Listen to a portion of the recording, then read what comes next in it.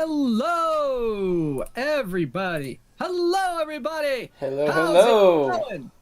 Hello. I'm dishnet34. I'm going to get myself on screen here. Here we go. There we are. There he is.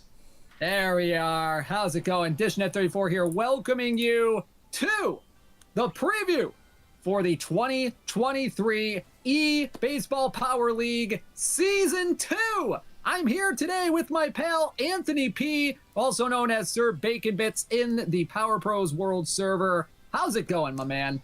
It is great, my man. How are you today?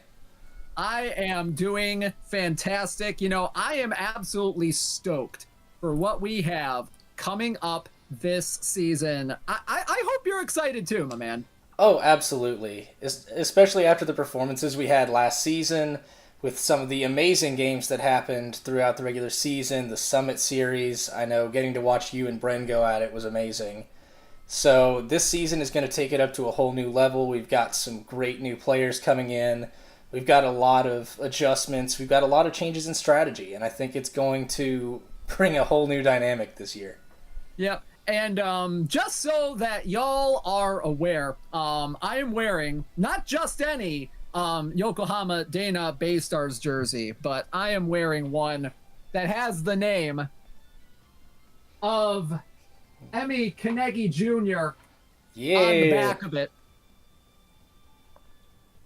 So yeah, that's a thing. That's a thing that I that I may or may not have purchased off of a shady Chinese website. But you know what? I'm not regretting it one single second. I know a lot of people here are going to be excited to see that. I mean, who doesn't buy a jersey off of a shady Chinese website? Dude, Exactly. I've bought jerseys for whole soccer teams off of shady Chinese websites. I'm used to it. I've got a guy. Like, I've done it enough. I've got a guy who knows a guy who knows a guy who knows someone else who knows a guy, right? Exactly. Well, let's go ahead and get things started here today, because we have a lot to cover over the next God knows how much time we're going to take with this thing. Oh, good gosh. And if you hear like weird noises coming out of the background, that's me changing menus. So yeah, we'll have some transitions between here and the game. We'll be able to show off some of the players we expect to make an impact this season across the different divisions. It's going to be a fun broadcast. It's going to be a fun one. It's going to be very comprehensive, because we have all the teams we're going to go over. We're going to take a look at maybe a couple of impact players on each team. We're also going to take a look at what the league structure is going to be like this year, as well as some of the changes that are going to be made to the rules this year. So it's going to be some interesting stuff going on. I hope you enjoy it. So let's go ahead and get things started, Anthony.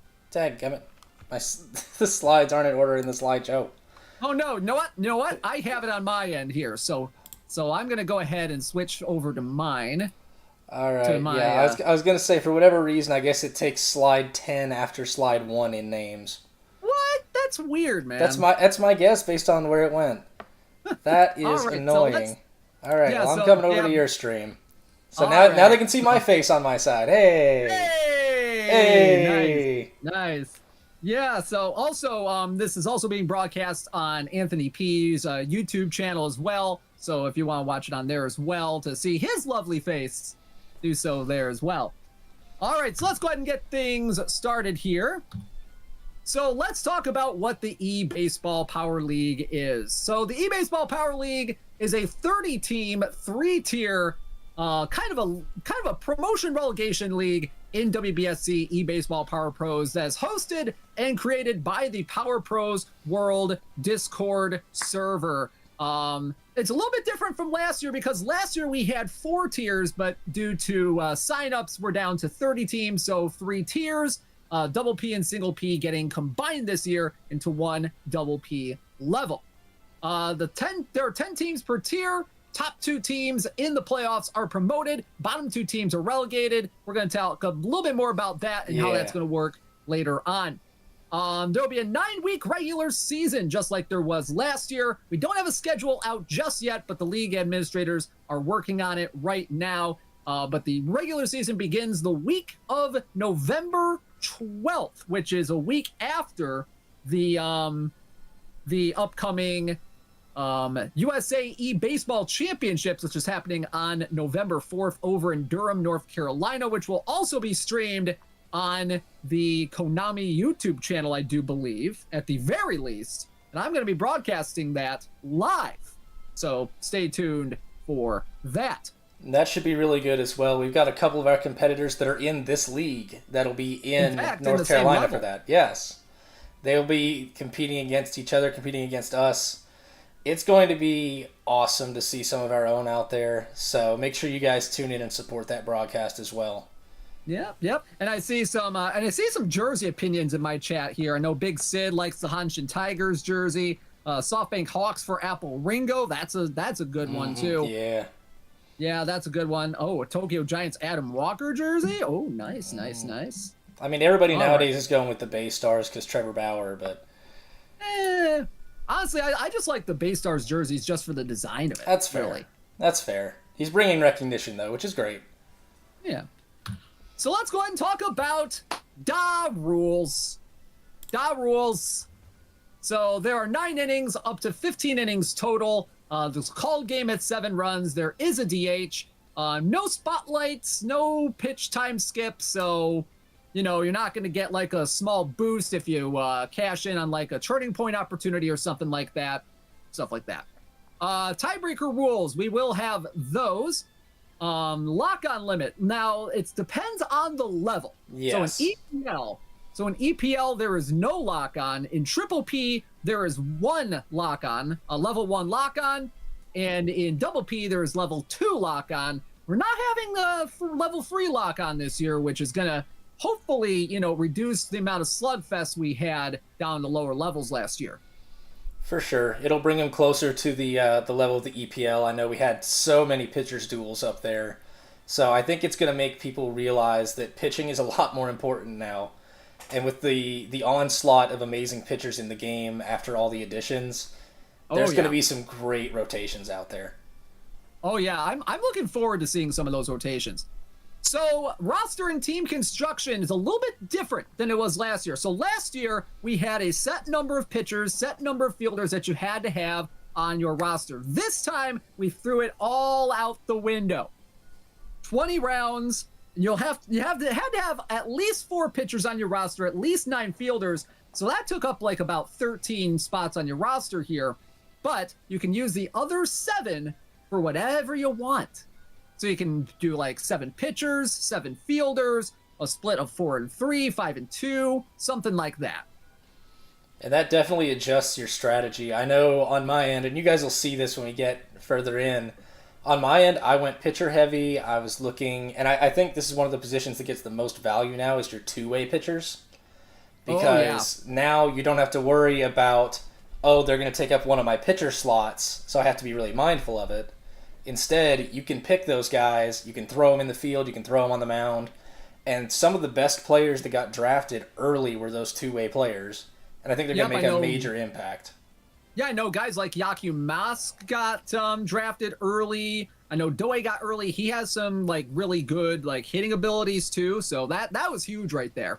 I saw Luna Izayoi getting picked like 2nd or 3rd round in one of the drafts. That one was wild. Yeah, that's a little wild. I mean, she's not even like the greatest defender in the outfield either, but she's very nicely rounded. Yeah. Yep, and has the morale ability too. So, yeah, or be like our pal Serena, Red Mudkips, and draft so many pitchers. I mean, she had like 11 pitchers on her roster.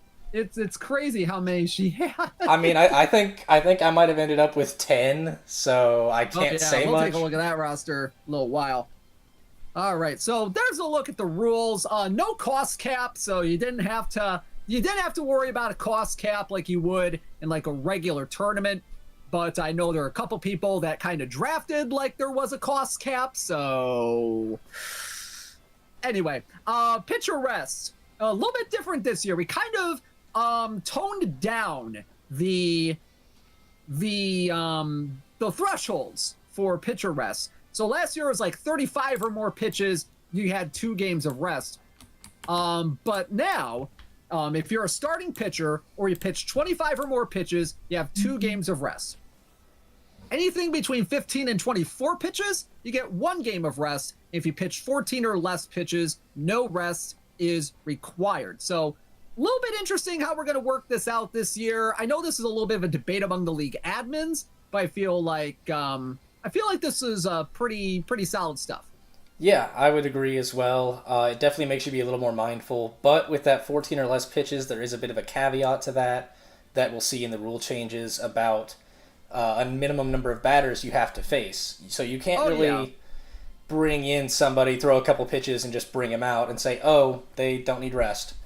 You've got requirements now as with that as well. So that's going to make you be even more mindful of how you approach your at-bats, how you utilize those spot pitchers. Oh, really, yeah, 100%. Yeah, and actually, we had the 3-batter minimum last year as well. That is fair. That's something that I think maybe we didn't think about as much. Now that it's going to be a little more heavily enforced, I think that's something that'll come across a little bit bigger now. All right. Let's go ahead and move on to the said rule changes. Now, one of the big rule changes that we have this year is that the divisional structure that we had in Season 1, where there were like 2 divisions of 5, completely removed. We're going full on 1 division, 10 teams. It's going to be kind of like the Premier League, and that's going to kind of help out a little bit when it comes to playoff seeding, which we're going to talk about in just a second. Yeah, it's going to make things a lot more even. I know, looking back at some of those divisions last year, the way they were split off, you had teams that deserved playoff spots that maybe didn't get them. Or you had teams with, and I'm not meaning to take a dig at you here, teams with losing records that made it to the playoffs. And yeah. We actually have a question in the chat. How many pitches are needed in order for a pitcher to be considered a starter? Basically, anyone who is the pitcher on the mound to start the game is considered a pitcher. Yeah, that's it. It's just if they're on at the beginning, they're the starter. Automatic 2-game rest, period. Yep, automatic 2-game rest for anyone that starts on the mound. So you won't get those starter strategies of just, throwing a guy in for a few batters to start the game and then switching him out. Like, that's right. They got to think about that now. Yep. Now, let's talk about the updated playoff structure, because this is something the league admins introduced this year. So, previously, it was the top 2 from each division that qualified for the playoffs. Now, everybody is playing for something. For the top 5 teams out of the 10, there's going to be a promotion playoffs. So there's a 5-team playoff that's going to happen. 4 versus 5 face off in a 1-game winner-take-all. Then you have a best-of-3 semifinal between the winner of that game and then the number 1 seed. Yeah. Yep. And then the 2 and 3 seed face off in another best-of-3 semifinal. And then you have the best-of-5 finals series or summit series, which in Triple P and Double P means those are the 2 teams that are going to be promoted up to the next level. Yeah, this is where you're going to get that opportunity to see a little more involvement from your mid-table. It gives more opportunities to make something happen, but it's still very high stakes. You've got that 1-game playoff to get in before you really get a shot at it. So that 4 team that had that security before, they don't have it anymore. They're going to have to work for it. They've got to bring their best every game. Yep, and you can't just tank either. No, which is huge as well. Yeah, because now for the bottom 5, you have the relegation playoffs, and that can get a little bit dicey as well. So number 6 seed in the league will be the top seed in the relegation playoffs. 7 and 8 will play against each other in the semifinal in that. But the loser of the 9v10 series is going to get automatically relegated down to the next level, which is huge right there. So with the other team that's going to get relegated is going to be the worst loser of the semifinal, which means that if you lose via a sweep, in the semifinals of the relegation playoffs, while in the other semifinal, it's like a 2-1 series there. If you lost 0-2 in that series, you're getting relegated. Straight up. Yeah, and that's scary stuff, especially you get those 6 seeds who come in, they just missed those promotion playoffs, and then one of those low seeds jumps in and just wrecks them. They're down. All of a sudden, they've gone from a strong or at least mid-table team to an entirely lower division. Yeah, and that could definitely shake up the league a little bit too. Yeah, most definitely. And again, like I was saying before, that means you've got to bring your best constantly. If you're in one of those mid-table spots, you have to ensure you make those promotion playoffs, or you're not safe. Exactly. Anybody could go down. Yeah, pretty much if you make it to the promotion playoffs, you are safe at the very least. If you get to the relegation playoffs, if you're in the bottom 5, there is a chance you might go down. So you have to play for something. You have to play your hardest every single game. And that is huge stuff right there. Most definitely. Most definitely. Yep. All right. We already talked a little bit about the roster size reduction. We talked about the roster construction rule change. Back in the draft, there were some adjustments as well. You had 1 hour to make your pick during the inaugural draft. Mandatory AFK draft sheets were available in case a pick is unable to be made manually. With these new rules, the draft was able to get finished in like 3 days, which was a lot better than it was back in season 1. Yeah, no, season 1, it was almost a whole week-long grind to get done with it. But I know EPL and Triple P, I think, were both done on Tuesday. And I think Double P followed it up on, was it Wednesday, or did they push to Thursday? I think it was Wednesday, I believe. Yeah, so all of these teams were able to push through. We were able to get done very quickly, even with some divisions where they would stagnate. That 1 hour AFK limit just kept things flowing a lot more smoothly. Yep. We actually have another question in the chat. What happens if all the semifinal series in the relegation playoffs end in the same record? It will go by run differential. So if you had the worst run differential in your 2 losses or just overall in your series, you'll be going down. You will be relegated. What happens if we have that tiebreaker equalized as well? We will. It's probably going to be a coin flip from there. Probably. We'll figure something out on that. Yeah, you could have a coin flip. You could maybe total runs scored. There's also the possibility. Runs scored would be another tiebreaker. Yeah, that's a good one. Or we could look at the possibility, if we come down to it, we could have a 1-game playoff even for that position to go down. I think that would be really exciting if it came down to it.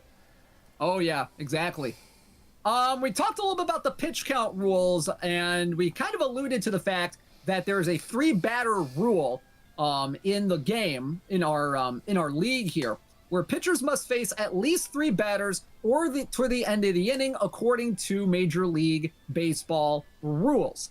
So basically, if you come in with like 2 outs in the inning, if a new pitcher comes in with like 2 outs in an inning, pitches to the final batter, and they're taken out for the beginning of the next inning, that's okay. Yeah. But if they come in at like the start of an inning and they pitch to like 2 batters and then they get removed, that's going to be a penalty, and that's going to result in an additional 1 game of mandatory rest for that pitcher. So that's some huge stuff right there. For sure. You can't subvert those pitch counts. Exactly.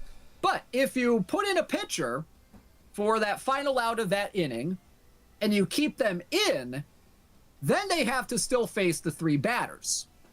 So if they come back out for the next inning, they would have to face at least the first and second batters of the next inning before they can get pulled. Makes sense, yeah.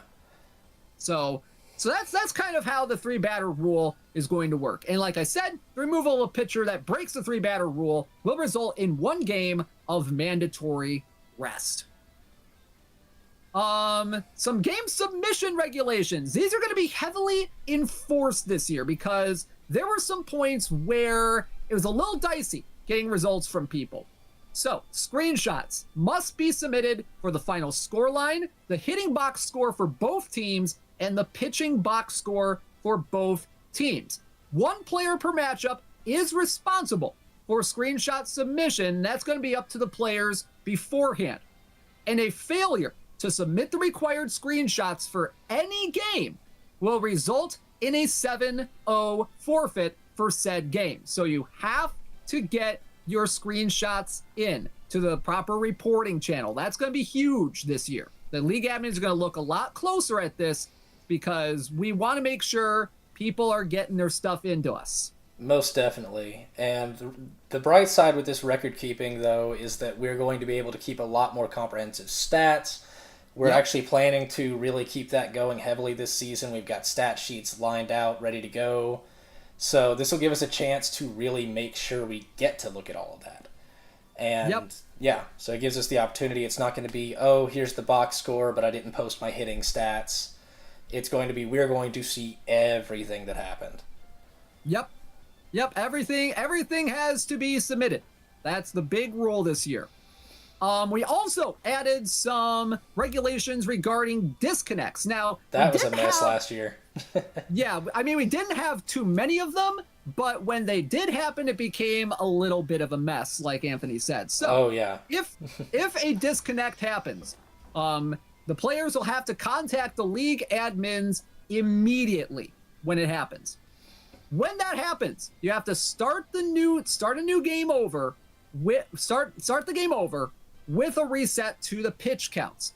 And you have to play until the sum of game time equals 9 innings because, we can't unfortunately see what the pitch counts were prior to a disconnect because that's just how the game works. It's unfortunate, but that's kind of just how the game works. And then you add the scores between the games to make the final score. Now, if a second disconnect happens when the game is started over, that's going to result in the game results being finalized. It's over. It's Jover, all that good stuff. And ties will be marked as such in the standings. So that's going to be some, we tried to kind of make it so that, you had a chance to start over and all that. But also, be a little strict on what happens. Yeah, most definitely. I know that almost affected the playoff picture in the EPL last season because there was a disconnect between HF and Bren that because of how they handled it, they just said, let's call it a tie for now.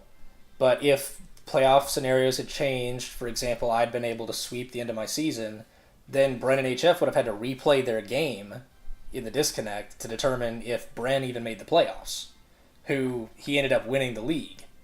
So there was a possibility that disconnect could have affected a lot of things. Yep, 100%. So this is going to be strictly enforced this year, but we're hoping that there's not going to be too many disconnects this year. I don't expect too many disconnects to happen, but at least we have a procedure in place if it does happen, and that's always good to have. Most definitely. All right, so here's a look at the league schedule. Right now, we are in preseason at this point. Rookie draft, if necessary, is going to be on November 6th. I don't really expect a whole lot of new players because the drops that we've gotten lately have been very small, and there's a regulation in there now that if there is a player release that is less than 10 players, a rookie draft will not happen, and the players that are added in are not eligible to be added to rosters. Regular season going to kick off on November 12th, so less than a month from now. This gives people, some familiarity to get some time to get familiar with their teams and give them some time to maybe do some scrimmages with other teams, kind of get prepared for what the lock-ons are going to be like for their season. Yeah, and that is important, especially EPL level. Maybe you've been playing some of these online tournaments with that lock-on 2, lock-on 3 type number that you're allowed to do. You get in the EPL, you don't have any lock-on. Or you have guys like me who basically haven't played the game since the end of last season.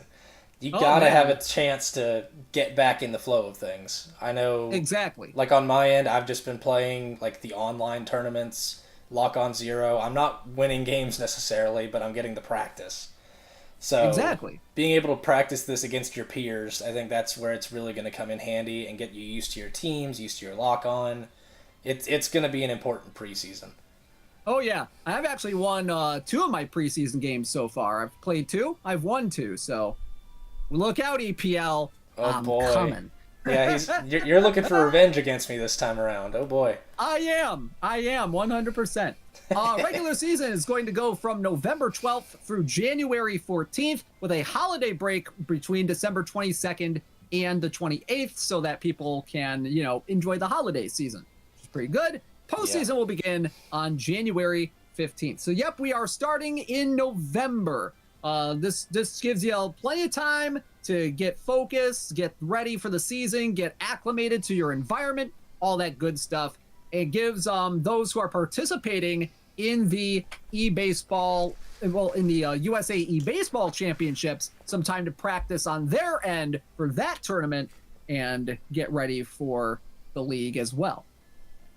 Yep. It's going to be a bit of a different game between that and this, so they got to be ready 100%. For both.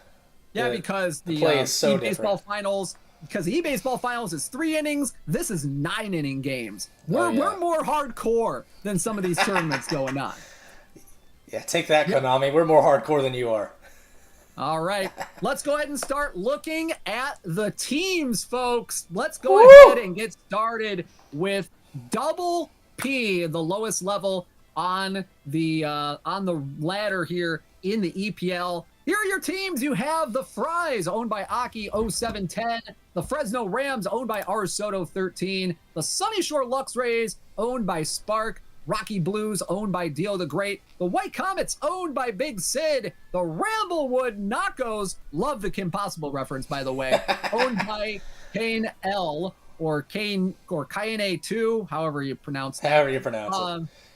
Yeah, the Sagittarius A-Stars, owned by Garuda Phoenix. The Mexico Yacarandas, owned by Ben Zen. The Zeps, owned by Senile Turtle. And the Brew City Bombers, owned by Lancer. So, Anthony, you ready to look at some teams? Let's look at some teams. I got Aki over in my chat. He's excited. He is very excited. Let's go take a look over here. All right, and we're going to start off with one of the newcomers into the league this year, and this is Aki0710 and the Fries. Let's take a look at the roster here. You got the pitchers Yakumask, Kagurazaka, Octavia, Karasuma, Akutsu, Yakuman Tugo, Narumi, and Yakuman One-Go. We're getting a lot of Yakumans up in here, folks. Oh, yeah. All for the fielders. Yep, for the fielders, you have No Armor Naito, Sendo, Nanai, Yavelin, Ogoe, Makita, Pink, Black, Yabai, Igarashi, Owate, and Yabeta. What are some of your impressions on this roster, Anthony? I'm going to go ahead and move over to my screen here and kind of show you what Aki has going on in my roster here. So I have it on the screen here now. Yeah, I'll go ahead and talk what I've got. So the biggest things I'm seeing, first takeaway, obviously Yakumask. Being that massive two-way player, you've got those amazing pitching skills. You know, he's throwing 155, max stamina, great breaking pitches, but he's also an incredible catcher. So having that versatility is something that's very highly valued in this league. Yeah, and perfect fielding at catcher too, around the same fielding as he is at pitcher. Yeah, it's pretty solid. He's definitely one to watch out for. And I can say the same thing. I grabbed him on my end. The other thing I'd notice here, I would say, is Naito with no armor.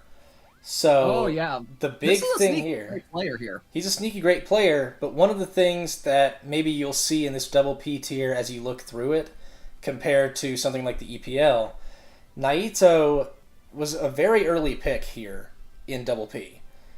But with the metas that are going on here versus EPL, with that lock-on difference, I remember Naito was a much later pick in the EPL because of that D contact. And that's something you're going to see as a difference across these divisions. I know, for example, the biggest one that comes to mind for me is Maximum Christine. He was picked, I think, 8th round in double P, but I don't know if he even got drafted in the EPL. Yeah, I think he might have. I might have to take a look at that again. But if he was, it was a late pick. Yeah, if there's one player that I think is going to be an X factor on this team, I think it might be. I'm not sure what their starting lineup is going to look like as of yet, but Awate is a really solid outfielder for one cost right here. But also you got a pretty interesting shortstop. Kind of an interesting shortstop battle here between Pink and Yavaline. Both of them are very solid fielders. Pink a better fielder than Yavaline is, but we could see Yavaline maybe at third base instead of maybe a guy like Gonzo Igarashi here, who is absolutely dog crap at defense. You got Pink at shortstop, who's very good, can also play second base. So we might see Yavaline a little bit at third base, and they're not bad at that position either. No, not at all. And then you've also got, Ongo right there? Is he also a shortstop?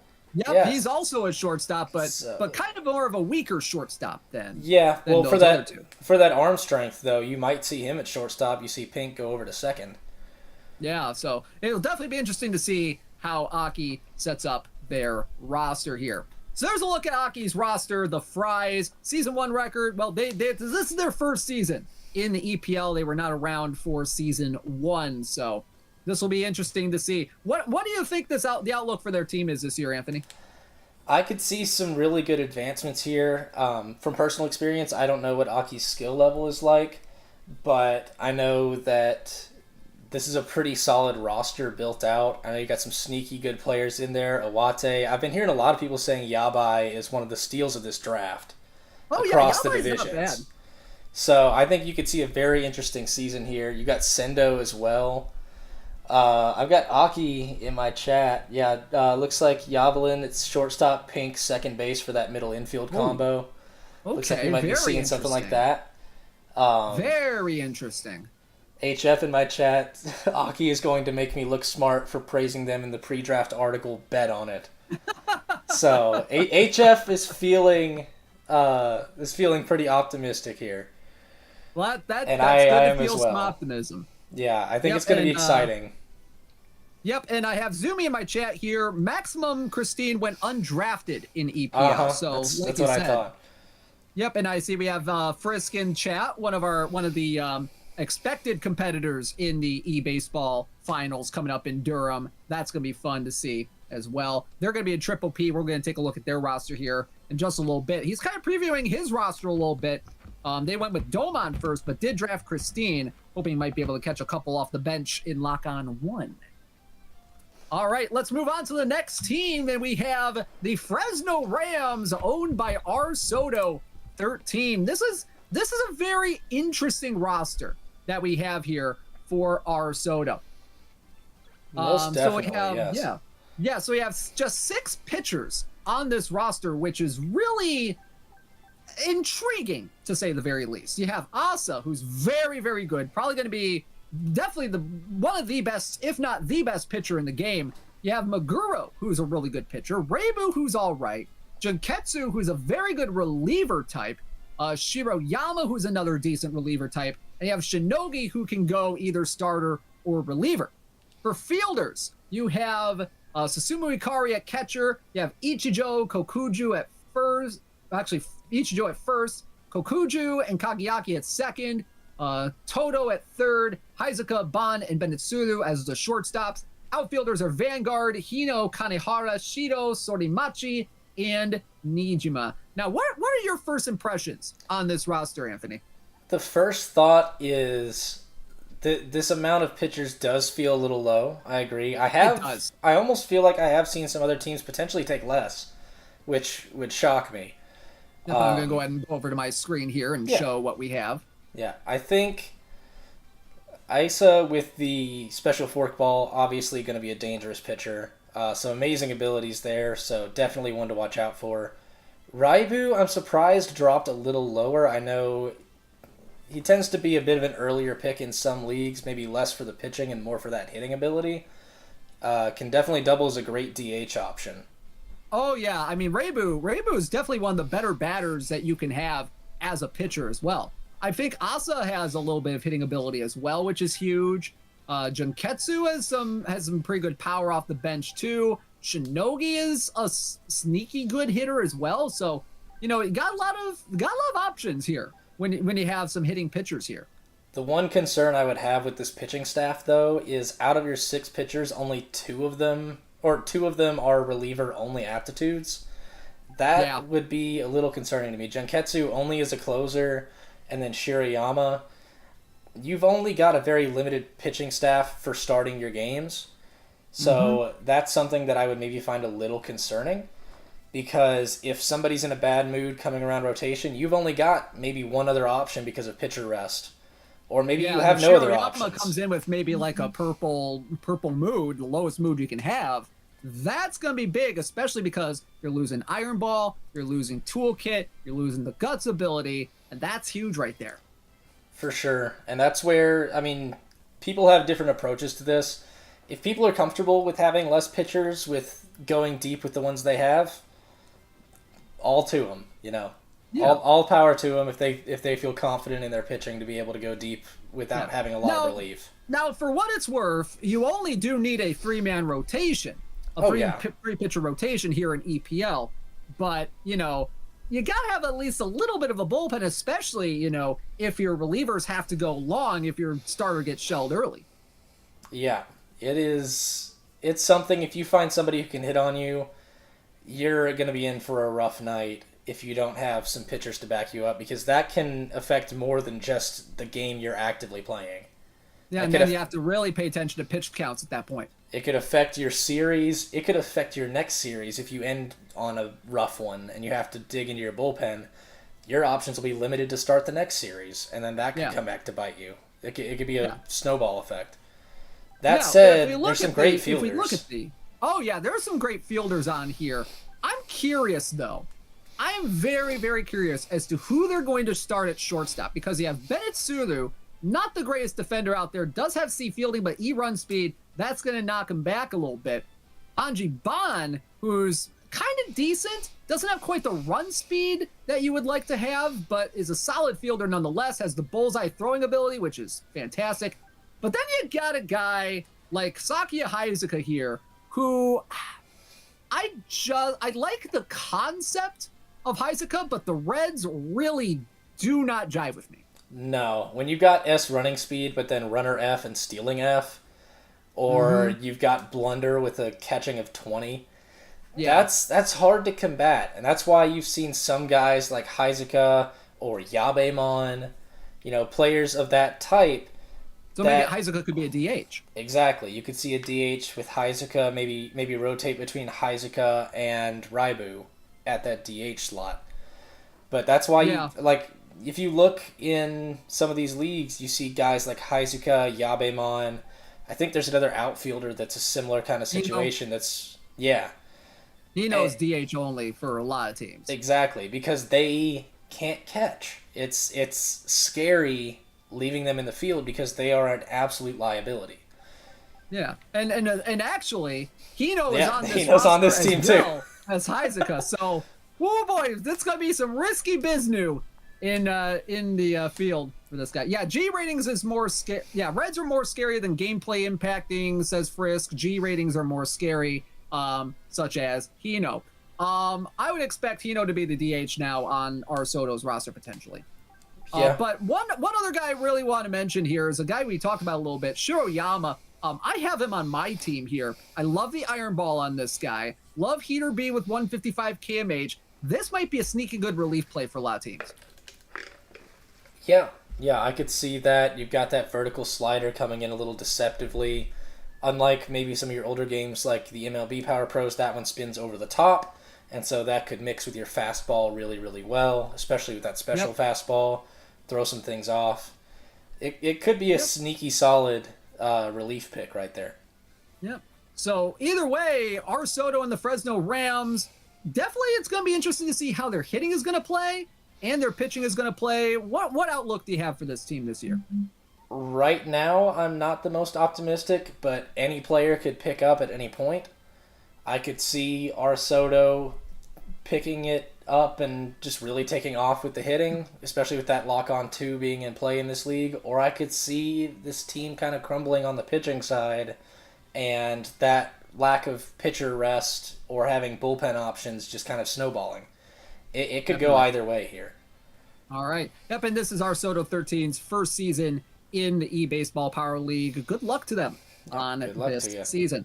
Zumi says, Heizuka has not been too bad error-wise in the little time I've used him. Hino, though. Yeah, no. No Hino, no Yabe. Should never, ever, ever touch the field. Yeah. You're not allowed to touch grass, buddy. All right. Aki in my chat, before you go on. Aki, don't run on Yabai shirts coming soon. I would buy one. Yes. Spark and the Sunny Shore Lux Rays are now up. Alvin Lockhart, Pseudo, Hayakawa, and Asnable J-League, Suzaku, Sakurazawa, Saigo, Hisakata, Matsukura. Holy cripes, there's a lot of pitchers on this roster. Yes. For fielders, you have Marvin, Naptet, Sakai, Maximum Christine. We talked about him a little bit earlier. Sakamoto, Tommaso Burrow, Yabe the Man, Azuma, Mitsumori, Kazanin, and Nagase. My first thought when I look at this roster, and I think this might be everybody's first thought when they're looking at this roster for the Sunny Shore Lux Rays, is, good Lord, that's a lot of pitching. Oh, you have yet to see my team. My season 1 record in the bottom, I had to move to the other side of the screen. Woof. No. This roster is interesting to me. Yes, there are a lot of pitchers, and there's some good ones in here. It's interesting to me to see Alvin Lockhart going that early. Yeah, I know. I'm curious. This is one of the weirdest rosters I think we have in the entire system here in EPL. I would agree. I think I think want to say there's some nostalgia. All the teams. I want to say there's some MLB Power Pros nostalgia, because if you look, Alvin Lockhart and Marvin were like their first 2 picks. Oh, yeah. With Yabin Diansu. Marvin. Yeah. So you're seeing Diansu and Lockhart right out the gate. Time. Yeah, exactly. So you're seeing guys that are well known on our side of the water. You know, they're people that are recognizable, but maybe not the best players in this game. Yeah, I mean, when your highest cost pitcher is Pseudo, who by the way, can throw Suzaku. 160. You got Suzaku. Suzaku's 3. Suzaku's 3 stars. I was thinking star rating instead of cost. That's on me. Yeah, and Pseudo, while he does have heater B and gyro ball, you don't really see this guy as like an ace of like a typical roster here. No, you could see him as maybe a 3 pitcher or a very strong reliever, but normally I wouldn't see him as an ace here. Yeah, and Suzaku, I like to call him the patron saint of newbie players, because this is on a lot of default rosters, like, who don't like get any like changes to them. I'd call him the Sakurazawa's not bad. I'd call Suzaku the patron saint of veteran players hitting home runs. That too. Matsukura, one of the best zero-cost starters right here. Oh, yeah. Hisakata, not a terrible player when it looks on paper. And Asnable could be a decent relief option. Hayakawa, classic player. Maybe not the best reliever, but does have the marine ball. Saigo, big control, big fastball. Interesting to see how they do. Now, you look at the hitting here, and there's only one guy that has above C power, and that's Yabe Diansu. Which is... Well, no, there's Maximum Christine. Oh, yeah, and Maximum Christine. So Maximum Christine's there too, Yabe Diansu. But this roster does not inspire a lot of confidence, if you ask me. No, I would agree with that. And the other thing to look at is you're not seeing a lot of contact either. So on the hitting front, you're not really seeing a lot of strengths. You might see maybe a decent fielding team here. We see several S-speed players. Yeah, got some decent fielding options. The outfield might be the strong spot of this team. Oh, yeah. Tommaso Burrow's very strong.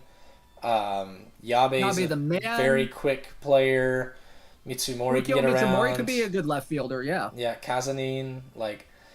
Is a pinch runner. Yeah. But overall, like, fielding options for covering space in the outfield, you're set. That's great. But your hitters, you're not really playing into the power meta that falls into double P. You're not really playing into the contact meta you see in some of the upper divisions. So it's going to be interesting seeing how consistently you're going to get on base, and as well as the quality of your pitchers, how well are they going to hold up. The bright side, again, being the depth of that bullpen. If somebody screws up, you've got somebody who can take their place. Yep, Zumikaku saying Suzaku is good and no lock-on. We'll see about 2. Yeah. John's copyright saying Pseudo got the right-handed Chapman pitching motion, which that's kind of true, yeah. Yeah. But yeah, this is more so a meme team. I don't know how this is gonna do. If they are able to get like a winning record with this team, hats off to them. I just see them kind of in the bottom part of double P. For me as well, yeah. They were somebody who started out the season in single P last year. They weren't able to complete it. And with their experience having started out at that level and seeing this team, I'm not the most inspired here either. My projection is probably in the bottom half as well. But Definitely. You never know. They could pull something together. There's been a lot of time between last season and this season. We could see a lot of skill boost. And so if you've got a good player, the roster sometimes doesn't matter as much. Exactly. So there's a look at the Sunny Shore Lux Rays. Let's move on to our next team, our 4th team of the day, and that is Deal the Great and the Rocky Blues. Yes. Pitching-wise, they have some really great pitchers on this roster. You have Kiba, you have Graviton Arai, you have Kureba. That's a great top 3 right there. Hokuto version 1 with the level 4 pitches, Bishiki, Shirana, and Ino rounding out the bullpen. For fielders, you got Shimada, you got Mine. Let me find the roster here real quick. So you have Fumito Data behind the plate, you have Doman at first, Mine, Sayeki, Chorai at second, Shimada and Chiga at third, Bat Marushima at shortstop. Then the outfield, you have Demai Wong, DJ BK, Takeda, Sakigake, and Akechi. So the first thing I look at in this roster is that this is a really great 3-man rotation that we could have for this team. Oh, absolutely. This roster you have right here, Kiba, Arai, Kureba, 3 very, very strong pitchers right out the gate. And then you've got Hokuto, even V1 is a very strong pitcher. I know I used him in relief a lot last year. He could be a good spot starter if he's in a good mood. Yeah, exactly. So then you got Bashiki, who is a bit of a slower pitcher, but has some pretty decent breaking balls. And great control. Chirana, who has Dr. K as a 3-star pitcher. Yeah. Then you have Ino, who is a pretty decent 2-cost pitcher as well. So this is a sneakily solid bullpen outside of that top 3. Yeah, definitely. The one thing to watch for here being Shirana does not have relief aptitude. But yeah, that's a big one there. Sometimes that doesn't matter. You know, you play him right. I've seen Graviton Arai come in the bullpen. Heck, I've pulled in Mamoru Ikari out into a bullpen spot, and it didn't matter. So if you play your cards right, sometimes it doesn't make as much of a difference as people think. All right, hitting-wise, one of the most interesting players, I think, on the roster is Mine. Probably one of the highest-cost second basemen in the game. Mm-hmm. Along with Sayeki, probably one of the better second basemen in the game. This is deep at second base. Most definitely, and I think we're going to see a lot of those second positions come into play. We could see Sayeki playing. We could see Sayeki at either middle infield spot. We could see Mine in that outfield. Depending on how the rest of that outfield's constructed, I mean, you could see that. That's Our very Jolly 42, possible. thank you for the follow. Shimada, very good third baseman, a very solid third baseman. Then you have Bat Marushima, who's solid, not spectacular over at short. DJ BK is going to be an X factor here, I believe. Mm-hmm. I feel like they're going to be more so a DH kind of candidate because S power. But if you put them in the field, it's going to be interesting to see where they will throw the ball. Yeah, but at the same time, they're going to get it there quickly. Exactly. Takeda's not a bad outfielder. Sakigake is a sneakily great outfielder. Oh, most definitely. And I think this falls into another one of those metas between the different divisions. So Sakigake, if I remember correctly, fell into the 9th round in this draft. If you look at some of the other divisions like EPL, he was a 4th round pick. Higher. Yeah. So I think it's kind of that reverse Maximum Christine kind of thing, where maybe some of those power players are a little more valued down here, but the impact of guys like Sakigake cannot be ignored. Exactly. So you take a look at the Rocky Blues here. They are Dio the Great looking for their first ever win in the EPL. They went 0-24 during the regular season last year, down, I think, in single P, I think? I'm not 100% sure where they were. No. So they were in double P. They got relegated to single P, but because of the consolidation of divisions, they're back in double P. Okay. So what do you think the outlook is here? Because I think, if the pitching really works and they can get the hitting together, I think this team could be great, but it'll be interesting to see how Dio plays. Yeah, I think it'll be interesting to see that as well. I know Aki in my chat was saying that Dio is a great draft sniper. He stole 6 of his picks. That's true. That's true. So this, I would say this, from what we've seen so far, is one of the best teams I've seen in this draft in terms of the players selected. Now we just got to see if it can carry over into gameplay. Definitely. Are we going to see his emergence? It's possible. With a few new players in the league, we've got maybe some people who are less experienced, mixing with the fact that he's gotten a chance to get some experience now. We could see a really great season here, or we could see a repeat. Yeah, I would feel optimistic. I'm really rooting for Dio down in double P. Same. I really hope that they can get right on the sticks and just kick some ass. You know what I mean? Oh, I know exactly what you mean. I hope for the same. I'm optimistic. With a team like this, I would be projecting top half. I would hope. Yeah. So I feel optimistic for Dio this season. All right. Yep. So Dio has a great pitching staff. Pretty sure he'll get wins. Ben Zen says in the chat. Johnny says fastball on lock on 2 is more effective than lock on 3. That I can 100% confirm on that. All right, let's go ahead and go on to our next team, and it is Big Sid and the White Comets, finishing 17-10 last season in single P. This is a very, very interesting roster here. You got Alan Raven, you got the version 2 Hokuto with the level 6 breaking balls, you got Bucho and that level 7 forkball, you got Suzumoto and the knuckleball of death, you got 8 One, you got Shindo, you got Tanakayama, you got Goggles Arashimaru, the three diamond pitcher, which is strong. And then you got fielders like where's the roster here? We got Gobu and Yakuman 3 behind the plate. You got Kirigane at first, Iseki at second, Shacho at third, along with Furinaga, Izuyoi at short, Kagami, Ukami, Tenoji, Murasame, and Mitsuno in the outfield. This is a really great pitching staff, and there are some really great hitters on this team. Most definitely. This is a scary one. I mean, I'm looking at this roster right now, and what I see right now, just on paper, this is the team to beat in double P. Yeah, it's definitely up there, and when you've got a guy who's shown, even if it was at the single P level last season, that he's here to compete. You take him, you give him a team like this, and watch out, world. He is going to be coming in hot. Yeah, I mean, when you have a guy like Allen at the top of the rotation, not the greatest control, but you have a very powerful power curve, really good forkball. You have that rising fastball. With heater A. Allen, definitely one of the highest cost pitchers in the game. That is for a reason, because he is very good. The one thing, if you wanted to say there's a drawback to Allen, that there's no iron ball ability on this guy, but I don't think that's going to matter too much. Plus, Allen, a really great hitter at the plate, so you can go without a DH some games if you want to play Allen both as a pitcher and a hitter. That's going to be huge there. Hokuto, really good cutter, really good forkball. That's going to keep a lot of people off balance.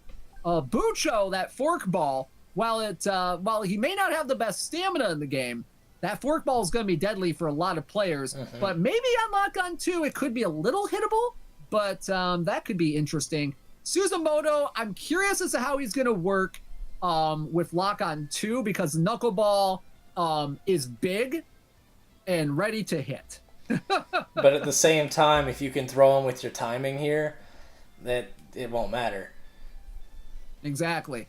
What are some of the guys you're looking at in terms of hitting? So Gobu, obviously a very, very strong catcher middle infield option. And with that middle infield option, it might open a spot for Yakuman 3. Yakuman 3 being a pretty rounded catcher as a good fielding option if you need it.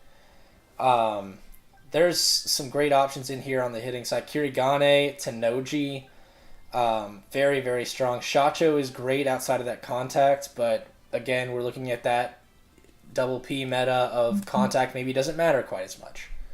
Yeah, Big Sid in my chat saying in terms of top-tier pitchers, I really wanted Kiba, but someone before me got it first in round 1. Not complaining with having Allen, though, but I would have been more comfortable with Kiba.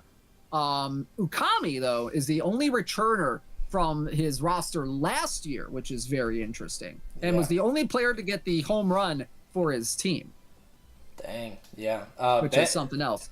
That said, Sid's in your chat. He is shocked he is considered the one to beat here. I mean, I'm looking on paper. Yeah, this is a great team.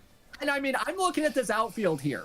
I mean, the outfield, if we can say there's another strength outside of his pitching, it is definitely their outfield defense. I mean, you got Kagami, who is the meta center fielder in the game. Then you got Tenoji, who is a fantastic defender, and then you got the vacuum cleaner Murasame, who I believe is going to be their center fielder too. This is a no-fly zone in the outfield. Yeah, no, Murasame is more than Kagami. I would say Murasame is the meta for outfield defense. You look at that 100%. Arm strength, that fielding, the ability to move around, along with that laser and Glover ability set, and the throwing bee, deadly outfield arm. He's one of those guys, you stick him in right field sometimes, and your slower runners that hit one out to right field, he might be trying to gun him at first. They're out. Yeah, you get Sendo hitting a grounder to the right side, Murasame might be taking him out at first. Exactly, yeah. So, congratulations, Sid. You have expectations. Now, don't let the pressure cripple you. Yeah, but yeah, I honestly think, like we said, this is going to be the team to beat in the double P level this year. Ben Zen saying Sid went in crescendo last season. He'll be in the promotion playoffs for sure this season. If they don't make the promotion playoffs, I'm going to eat a hat. Well, let's keep some hats on hand just in case. Exactly. So there you go. There's Big Sid and the White Comets. Let's move on to our next team. It's going to be the Ramblewood Knockos, owned by Kaene 2. Pitchers, they got Alba. They got Atsumori Possess. That's a big front two right there. Daigo Getsu, who is another decent starter option. You got Hora's Run. You got Fukami. You got Inuki. And you got Hagane rounding out the staff. Then on the fielding side, you got Kyushu and Nakagami behind the plate. Takimoto, Naito, Armored Naito at first. Saiga, Lifter Tsukami, Kazunagi, Batarai, and Shiohime rounding out the infield. Then you have Yashima Horasugi, Ito, and Mickey Vermillion rounding out the outfield. What's the first impression you have of this team here, Anthony? The first thing I see is another strong pitching staff. And I think that's a trend we're seeing with some of these teams. I know with Ioba, I had him last season. I have him this season.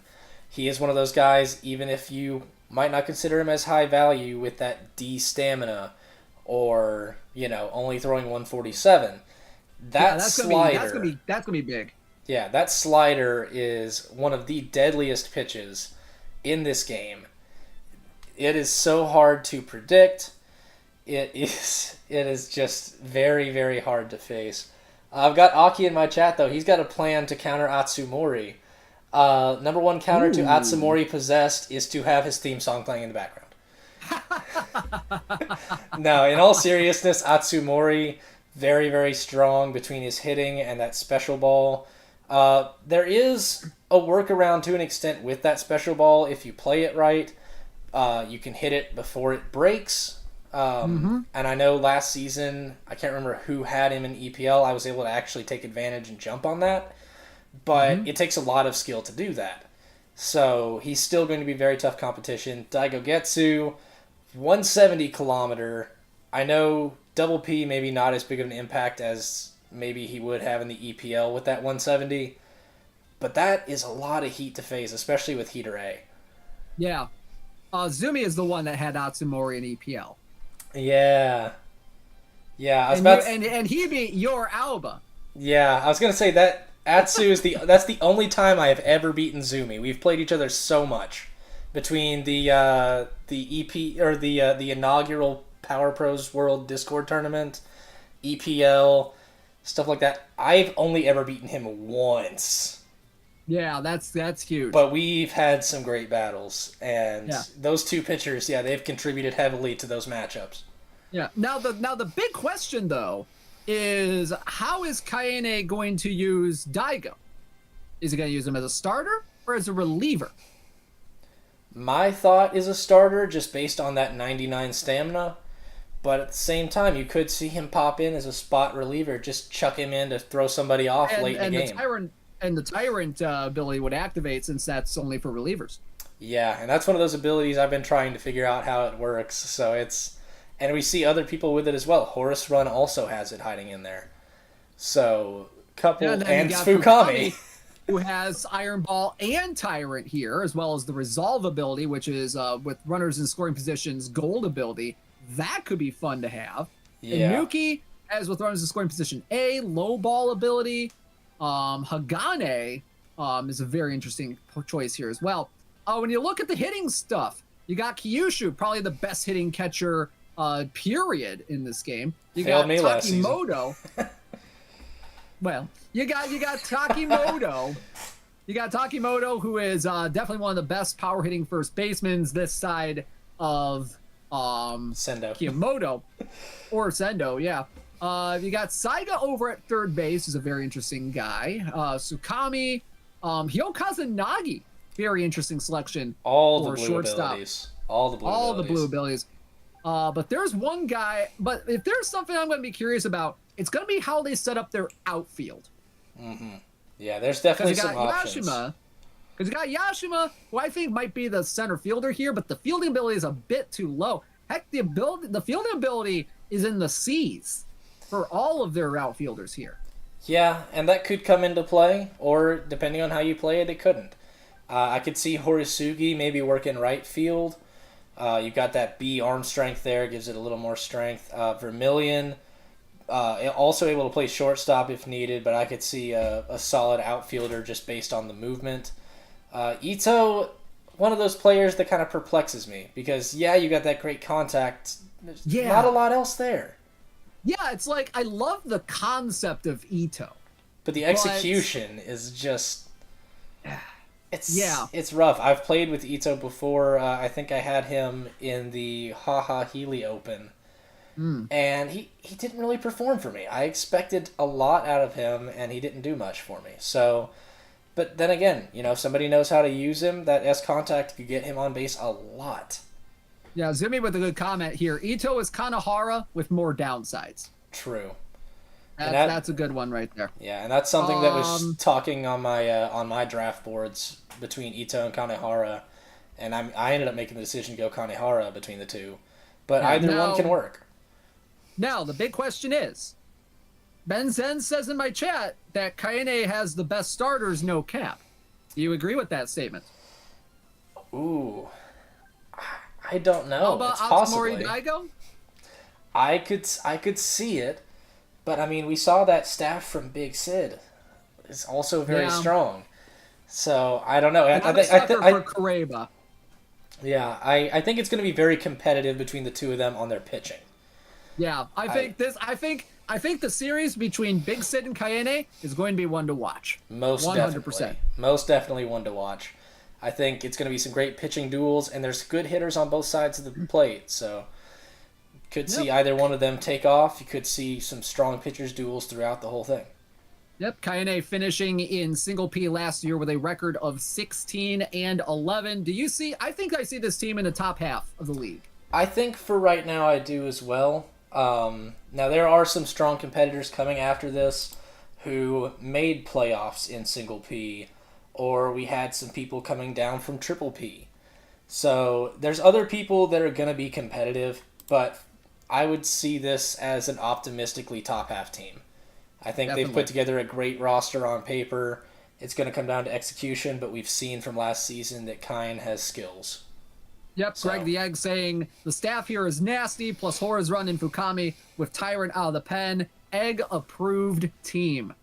Oh no, egg approved too. That means a lot. Egg. I think. You know what? I would not be surprised if it was a Kaine and Big Sid final. Ooh, we're getting some big predictions early. Okay, I like this. All right, next up, we have Garuda Phoenix and the Sagittarius A-Stars. This is a very interesting roster here as well. You have Suzakaze, you have Red, you have Onishi with the goggles, you have Go, you have Kaji, you have Tachikawa, and you have Luna Izuyoi on this team, the pitcher outfield extraordinaire. Then over on the fielding side, you have Suwano, you have Ochiai, you have Ninomiya, you have Habashima, you have Uraga, you have Fukuya, you have Komodo, you have Oda, you have Zansu on this infield. Then you have Victor Koldberg, Shibuya, Setine, and Tamaguchi. This is a very solid outfield here with Koldberg, Setine, Tamaguchi. That's going to be a bit of a no-fly zone. I'm looking at the right side of this infield, and I'm looking at this infield, and I see a lot of great things on this infield. Yeah, same here. I'm seeing some solid options on that infield. Ochiai being one of the better first base options, especially with that ability to switch to catcher as needed. Having both clinical and slugger, that's a big deal. And then you've got Hebishima, very, very rounded, great fielder. I'd be watching out for that. You've also got Go as that third base option. That's something a to watch base for. option too. Because, yeah, he can pitch well. He's got Dr. K. He's got heater. He's a fine pitcher, but if you're going to draft him, you draft him as a third baseman. You draft him as a third baseman. Even though his fielding is a lot lower than it is as a pitcher, and that's going to affect some things on the field. Yeah, but in the end, I mean, I've seen him perform really well at the hot corner. So I think... Yeah, I had him last year on my team. He was spectacular. Yeah, so I'd be watching out for him. That got that clutch B ability at the plate. That's solid. One for me to watch out for as maybe a DH option when not pitching is Red. Red is a strong pitcher. You got that iron ball going. You got 95 stamina. But the hitting stats, the hitting stats are scary. And Red was high on my draft board because of that, as being a scary option. He's one of those guys you put up there with a Raibu level hitting option. If you could, I've seen some people even take that meta, even with the potential fielding dips, and throw him out in the field because he's just so good at everything else. It's worth having him out there. Man, I would be interested to see Red as a fielder, but man, he doesn't have any fielding positions that he can play, and that's what's stopping me from putting him in the field. I know, and it stinks because a guy like him with the ability to move like that, throw like that, he would be an ideal candidate as a two-way player if he could do it. Exactly. You'll take a look at the outfield here. You have Victor Koldberg, who I had last year. Setine, who is a magnet in the outfield. They have Tamaguchi, who's a solid fielder. What do you make of this outfield? I see some solid options. Obviously, every player can succeed or fail. I know you had some frustrations with Koldberg last season. I remember that final. That was something. Don't remind me. Don't remind me. I would remind you all season. No. Oh, come on, but man. No, Koldberg is a very, very solid outfield option. Setine with that magnet. Tamaguchi can get around really well. Shibuya, solid power option. Definitely more of a right fielder, I would think. I would Corner agree. Outfield. Yeah, but I mean, you've got some strong abilities there. You got a great power bat there that could rotate to first base if you need it. And then you've got that sneaky pinch hitter or sneaky bullpen option in Oda. I think that's something to watch for. We have to talk about Oda a little bit here and why he's such a great player. Oh yeah, and it came up in the finals last year of the EPL, and this is something I didn't even realize. He snuck in as a pitcher. We didn't expect it at all. But look at those stats as a no aptitude pitcher. He is scary. He can just step in surprisingly and mow some people down, and I think that's something that people don't think about in this draft. And so I think that's a great sneaky pick to throw in your bullpen in a pinch. All right, so we take a look more at the pitching staff. Suzakaze, going to be the ace of the staff. Suzakaze, a very controversial player in this game. The banned one. Yeah, the banned one. The one that had to get buffed just to be playable, to not get banned. This is gonna mess some people up. Oh yeah, that forkball is deadly. And the deadliest forkball in the game? Yes. I know Asa is very high on that list. Suzukaze's, unless you know how to play against him, is deadly. At least Asa's forkball goes straight down. Yeah, Suzukaze's does not. It does not. No, it's not even a forkball. It's like a hard sweeper. Yeah, except it moves in the direction of a sinker. And so it's one of those things you've got to be aware of. Most OP in the game. Yeah, and it's one of those pitchers, like, not really that strong outside of that.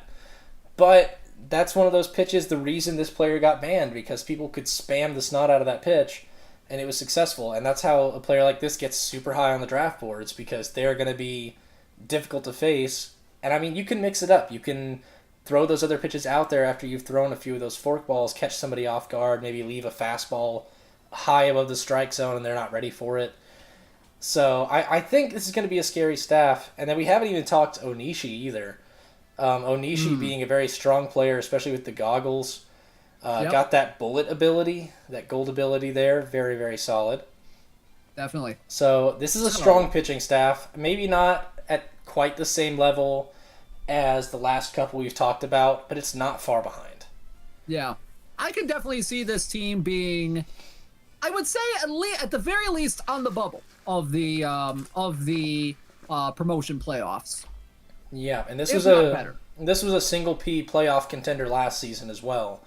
So even with a round one exit, they've got playoff experience. Yep. I'm looking forward to seeing how this team does. Yeah, same here. This is going to be an interesting season. Definitely. Next up, we have last season's single P runner-up and regular season champion Ben Zen and the Mexico Yacarandas. And let me tell you, this is some interesting stuff here on this roster. You have Mileman as their ace. You have the base Atsumori. You have as an early pick. Yeah, the base one as an early pick. Yeah. You have Fukumizu, who can also play outfield. You have Yamaguchi and his deadly forkball. Then you have Queen Kokoro, who can also play outfield right there. You have Kamitaka and you have Zenzai rounding out the roster. Mistakes were made, says Ben Zen. Oh no. Fielder-wise, this is a solid lineup here. You have Kiyomoto, you have Kurosaki, you have Minazuki, you have Tojo, you have Dodon, you have Saru, you have Arakata, Shiroi, Daiichiman, Okino, Edogawa, and Mitsumori. One of the Mitsumoris, Sakyo Mitsumori. Yeah. Dunda, always one of my favorites. That's one of my favorites, just because, it's the taiko drum guy, Yeah. It's so cool. But, I think the number one guy that you need to talk about when you're talking about this team is Mileman. Yeah, and he's somebody that maybe for me in the past I hadn't been quite as acclimated to, but with that Tyrant ability, it's going to be scary. You got a 160-kilometer pitcher with Heater B, with Iron Ball, with Tyrant, and that special fastball. It's gonna be interesting. Now, when you have that Tyrant ability, do you start him? Especially being an early pitcher pick. I think with think his he staff you have to. But at the same time, the main reason I think that he would be valuable here would be that Tyrant ability. Yep. Because you throw that in, if you can pull him as a relief option, if you can hold off on starting him, he is going to be a force out of the bullpen. Yeah. Now, for what it's worth, they have a few starter-only aptitudes on this roster here. So you got Yamaguchi, who can only do a starter, Queen Kokoro, who's only a starter, Kamitaka, who's only a starter, and the base Atsumori, who's also simply a starter. Then you got that gal like Zenzai in the bullpen. You got Izutsu, who can be sneakily decent. Then you got Fukumizu, who can also play the outfield. This is a decent pitching staff, but it's one where you have to really be strategic with it. Most definitely. I think you've got a lot of great pieces here. You have to have the right team in the field built around it, especially at catcher. You want a very strong catcher because you need somebody who can extend Zenzai a little bit more than just, 5 pitches. Yep, and they only have one. Yeah, they only have like 2 players on the roster who can even play catcher. One of them is a primary catcher, and the other is not that great at it. You have Minazuki behind the plate, which you have the catcher B at least. Does have catcher B at the very least. That's key. And that's throwing key. B, which is nice. Yeah, but does have the power for a double P league. But other than that, it's okay. Yeah, you don't have great fielding. You don't have a great arm there. That would be one. Even with throwing B, I would be concerned about giving up steals here. Yeah, outside of maybe against Mileman, just because that fastball is going to shoot on by. Yeah, but then you got a guy like Kiyomoto on here. Yeah, and he is probably the best first baseman in this game. I know hitting-wise, Sendo maybe touches just a little bit above him because of that S contact, but those overall rounded stats, you can play him at first or third, clutch A. He is going to be tough to face. Yeah, my concern here with this roster is that they have 4 first basemen. Yes. Edogawa, Okino, Daiichiman on here as well. Yeah. They only have 3 other infielders, and that's Saru, Tojo, and Kirasaki. Not a lot of positional flexibility with this infield. No, but you also have to look at the abilities of those infielders. Saru, very strong. Kirasaki is scary at shortstop. Oh, yeah.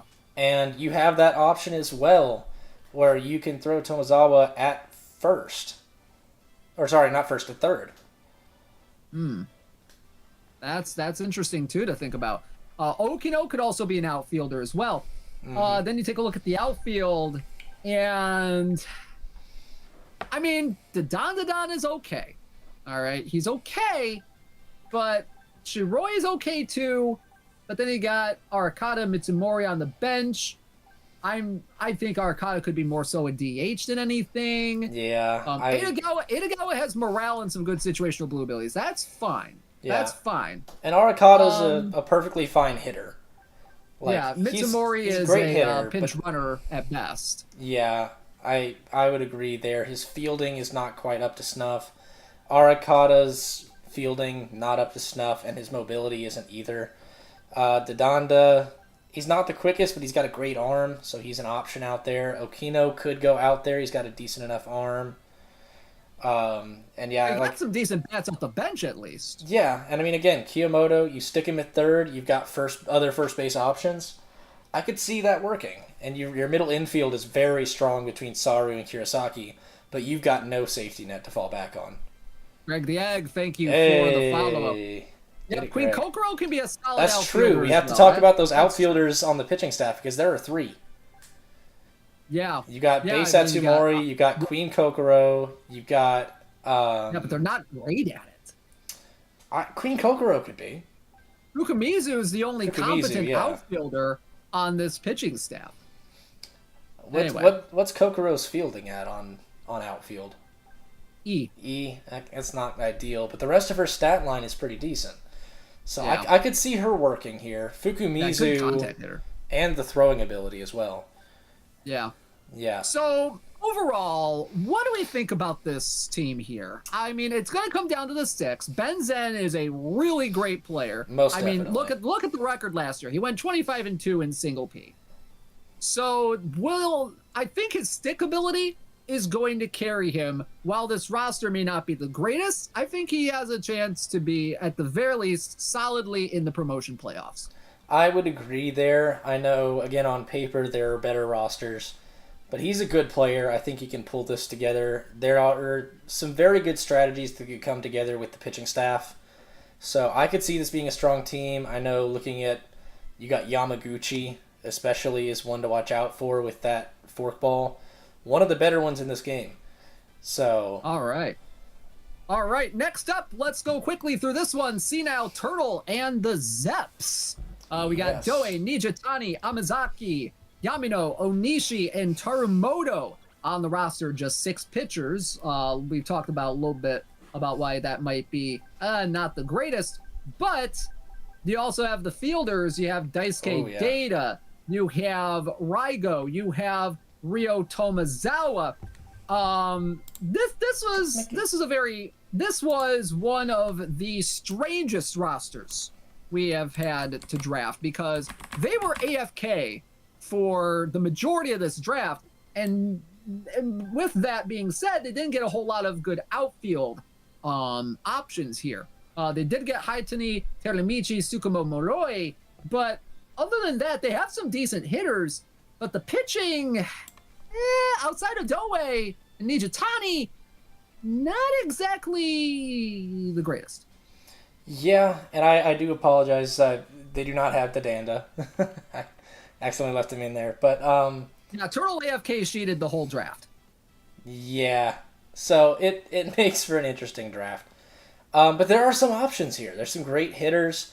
Doe being a very strong pitcher. You don't have a lot behind him. Nijitani's not bad. Yeah. And then it kind of starts falling off. Amazaki's one. Maybe he's a good later pick. Yamino has his benefits. Onishi's a good late pick. Tarumoto, decent, but does have Iron Ball. Yeah, but starter only, and that E stamina I don't think is worth. Yeah. But then you've got some of these hitters. Daita Kaminari Hoshizora is a sneaky good player. And with the outfield aptitude as well. Roe's good. Raigo is best third baseman in the game. Mm-hmm. Yumashiro is a solid two-way. Third base, first base. Tomazawa probably the best one shortstop, of the best hitting shortstop in the game at the very least. Plus that S-arm.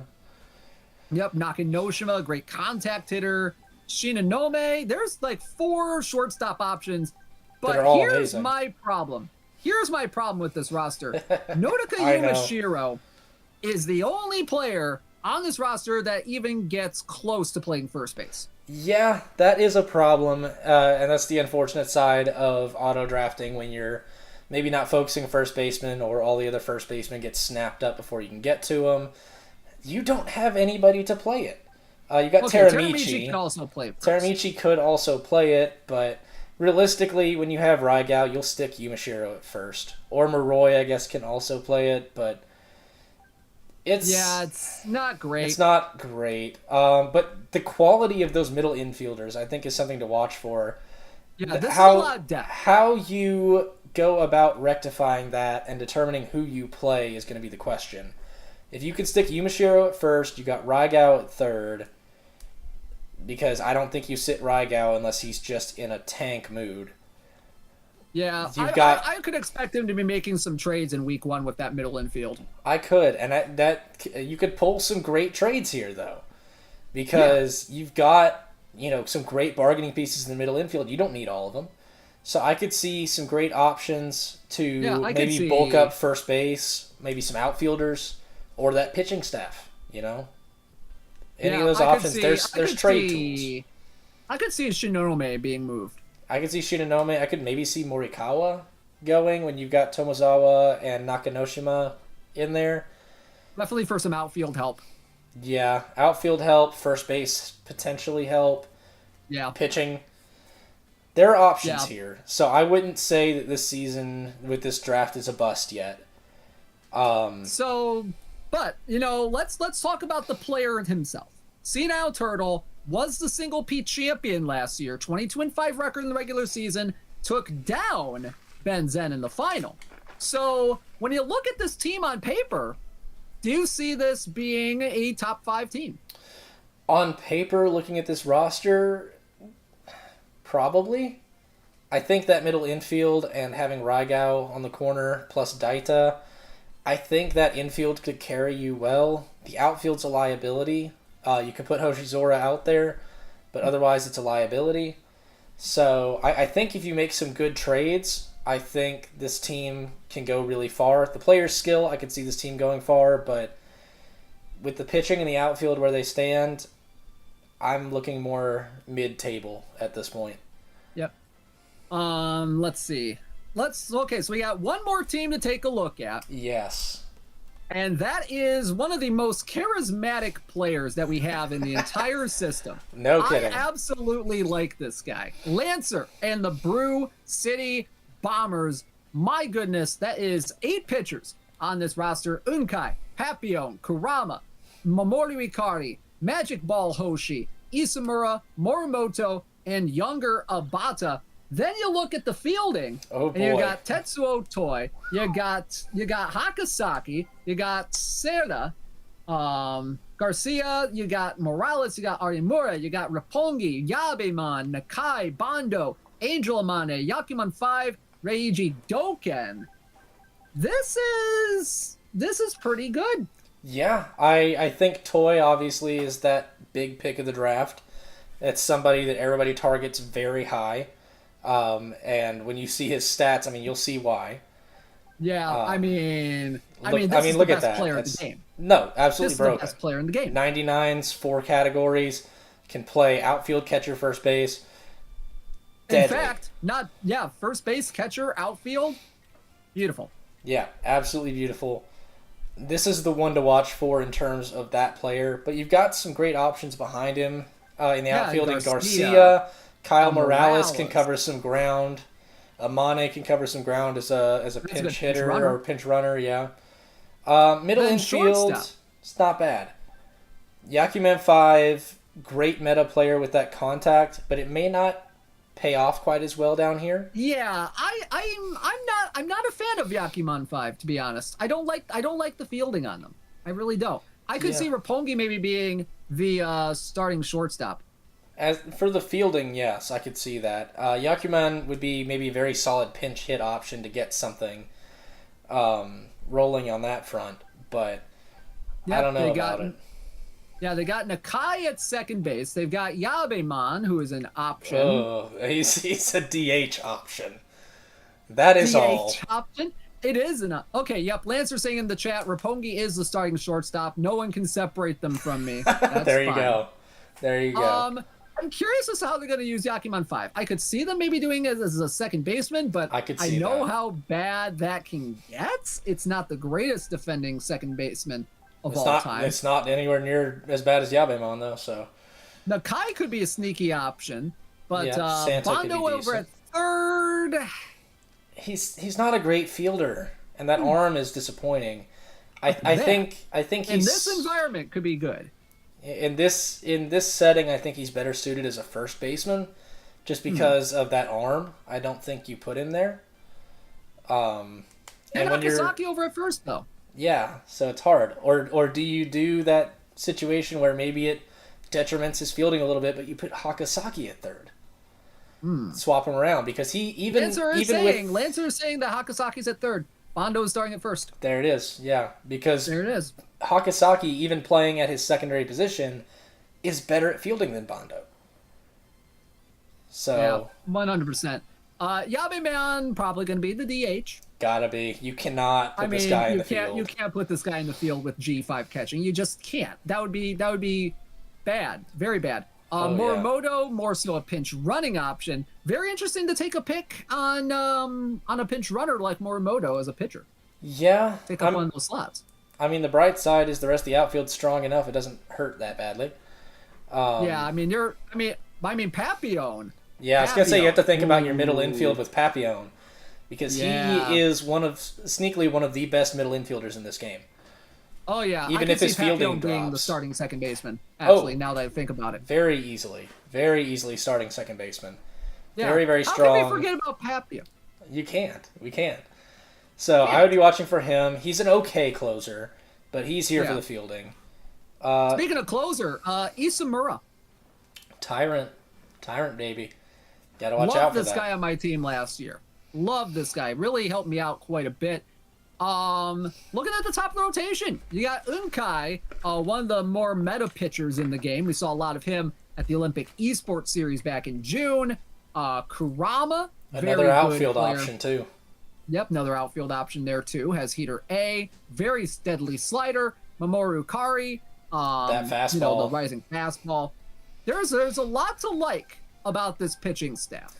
Yeah, I wouldn't put it as the strongest one, but it's definitely towards the top good. half. It's Definitely strong. good. You got some of the better two-way players in this group. Yep, I would watch out here. 100%. Now, they were relegated from Triple P last year with their record of 8-19. Do you see them doing good in Double P this year? I could see it happening because we do have to think about that a lot of their opposition is coming from single P last season. They're going to lose lock on a little bit. He's going to gain it. And he has played against, theoretically, stronger opposition. So, Yeah. I we would might watch see out. We might see the training weights come off of Lancer this year is what we're saying. Yes, I think we could see the training weights come off. I think we could see a strong crew here coming out and making a title run. I think this is going to be potentially a very strong season for them. A lot of options in the infield, a lot of great options in the outfield, and a strong pitching staff. It's very rounded. All right, so let's wrap up Double P. Who do you think is winning it all this year?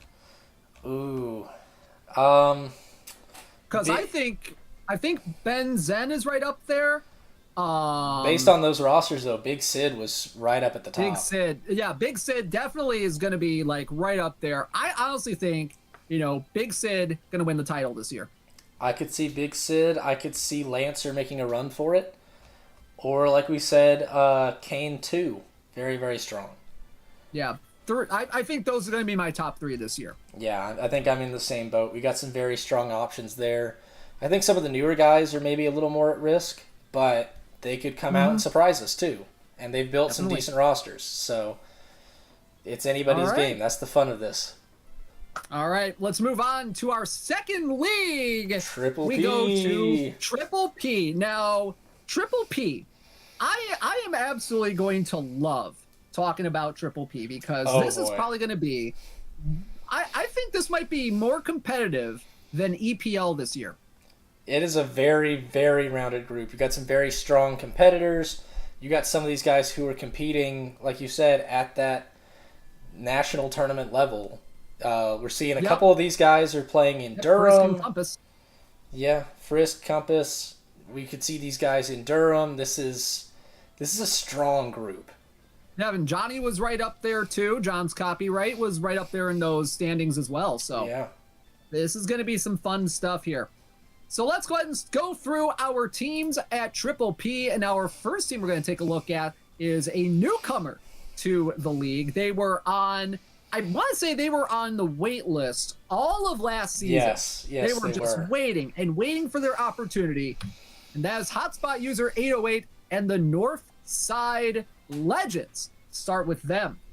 We have Kamitaka, Alvin Lockhart, Suzumoto, Shiroyama, Yakuman Tugo, Base Atsumori, and Tamine on their pitching staff.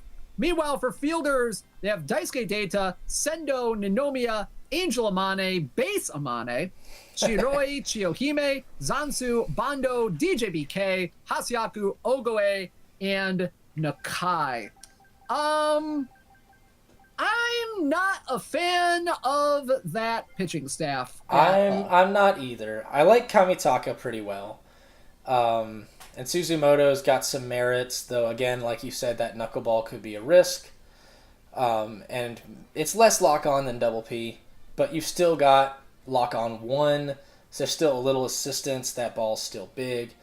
Kamitaka's a great hitting option, so maybe as a DH could see some help there. Yeah. But But other than that, it's not an ideal Pokemon staff. 2 is okay, but honestly, yeah, this pitching staff not good. No, I'm not a fan of it. It's a little rough. On But the other hand, their hitting, the their hitting hitting is is decent. I'd yeah, give them it's some props decent. here. I mean, you got your two catchers there, Daita and Ninomiya, are both strong hitting catchers. They both got great arms. So we could see some strong work there. Zansu, very rounded. Sendo, of course, one of the Sendo's best gonna be hitters in the first game. base, Yeah, 100%. undoubtedly. Unless they want to put Hasiaku at first base, which Oh, obvious. why? Sendo strat. You do the pinch hit strat. There you go. Yeah, but then Nakai there, Bondo, we talked about him a little bit ago. Zansu over at short could be very good for them. They also have Ogoe. The outfield, I am going to be curious as to how they're going to set this up. Yeah, having both who is their Amanes center fielder? is. Shiroy? What about Angel Amane though? I mean, you got that A running speed; it could cover a little ground, but the arm strength is just not there. This is going to be an interesting Shiroy is group. center. DJBK might be right field, and then from there, It's just it's a haze, and you don't really have many other options in terms of like infield outfield hybrids or pitching outfield hybrids, because the only one you have there is Base Atsumori, who you do not put in the outfield because of that F run speed. This is going to be an interesting team. I think the infield has its merits. The outfield and the pitching might drag this team down with it.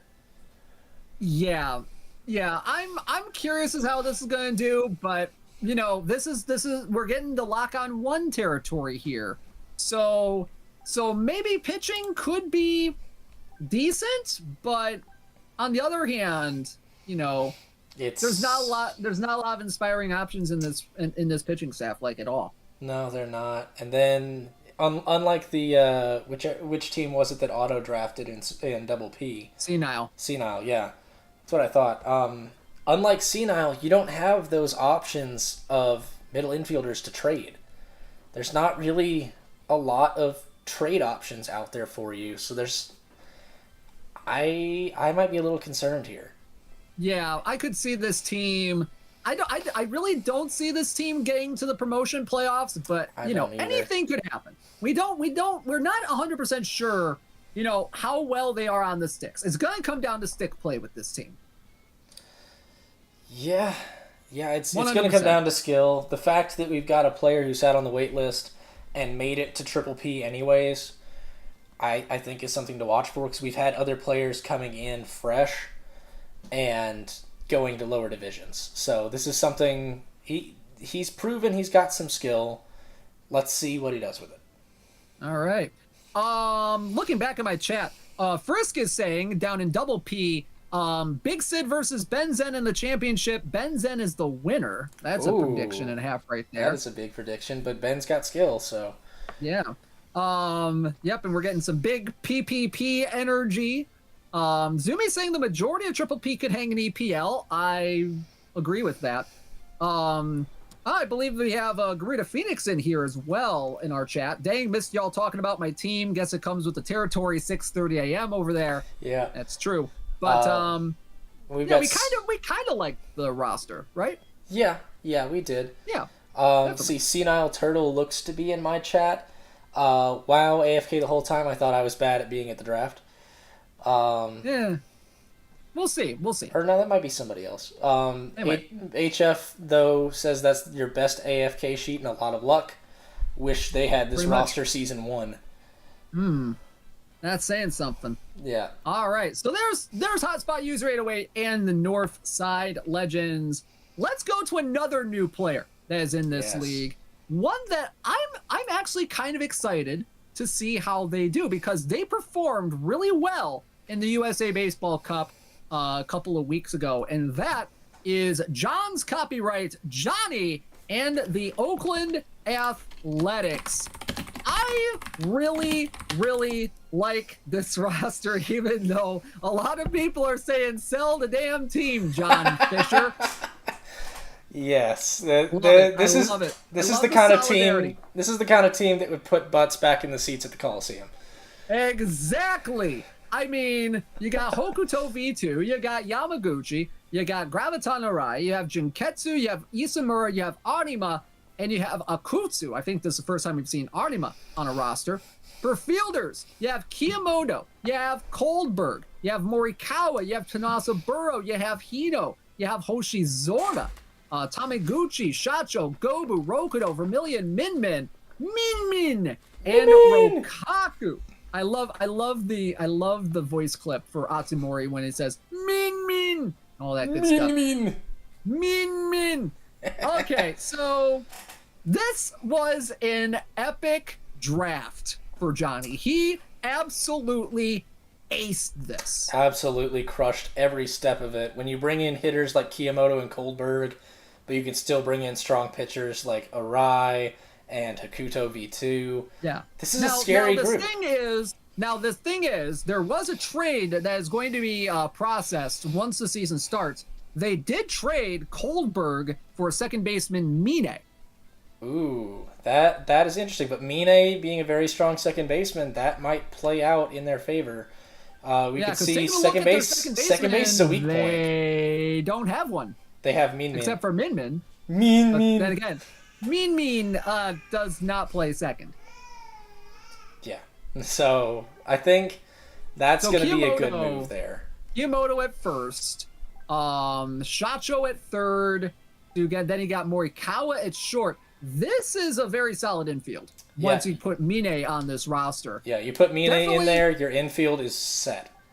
Yeah, but they definitely leveraged Koldberg though. And that's going to hurt. Very interesting to see because honestly, Koldberg would have been the best outfielder they have.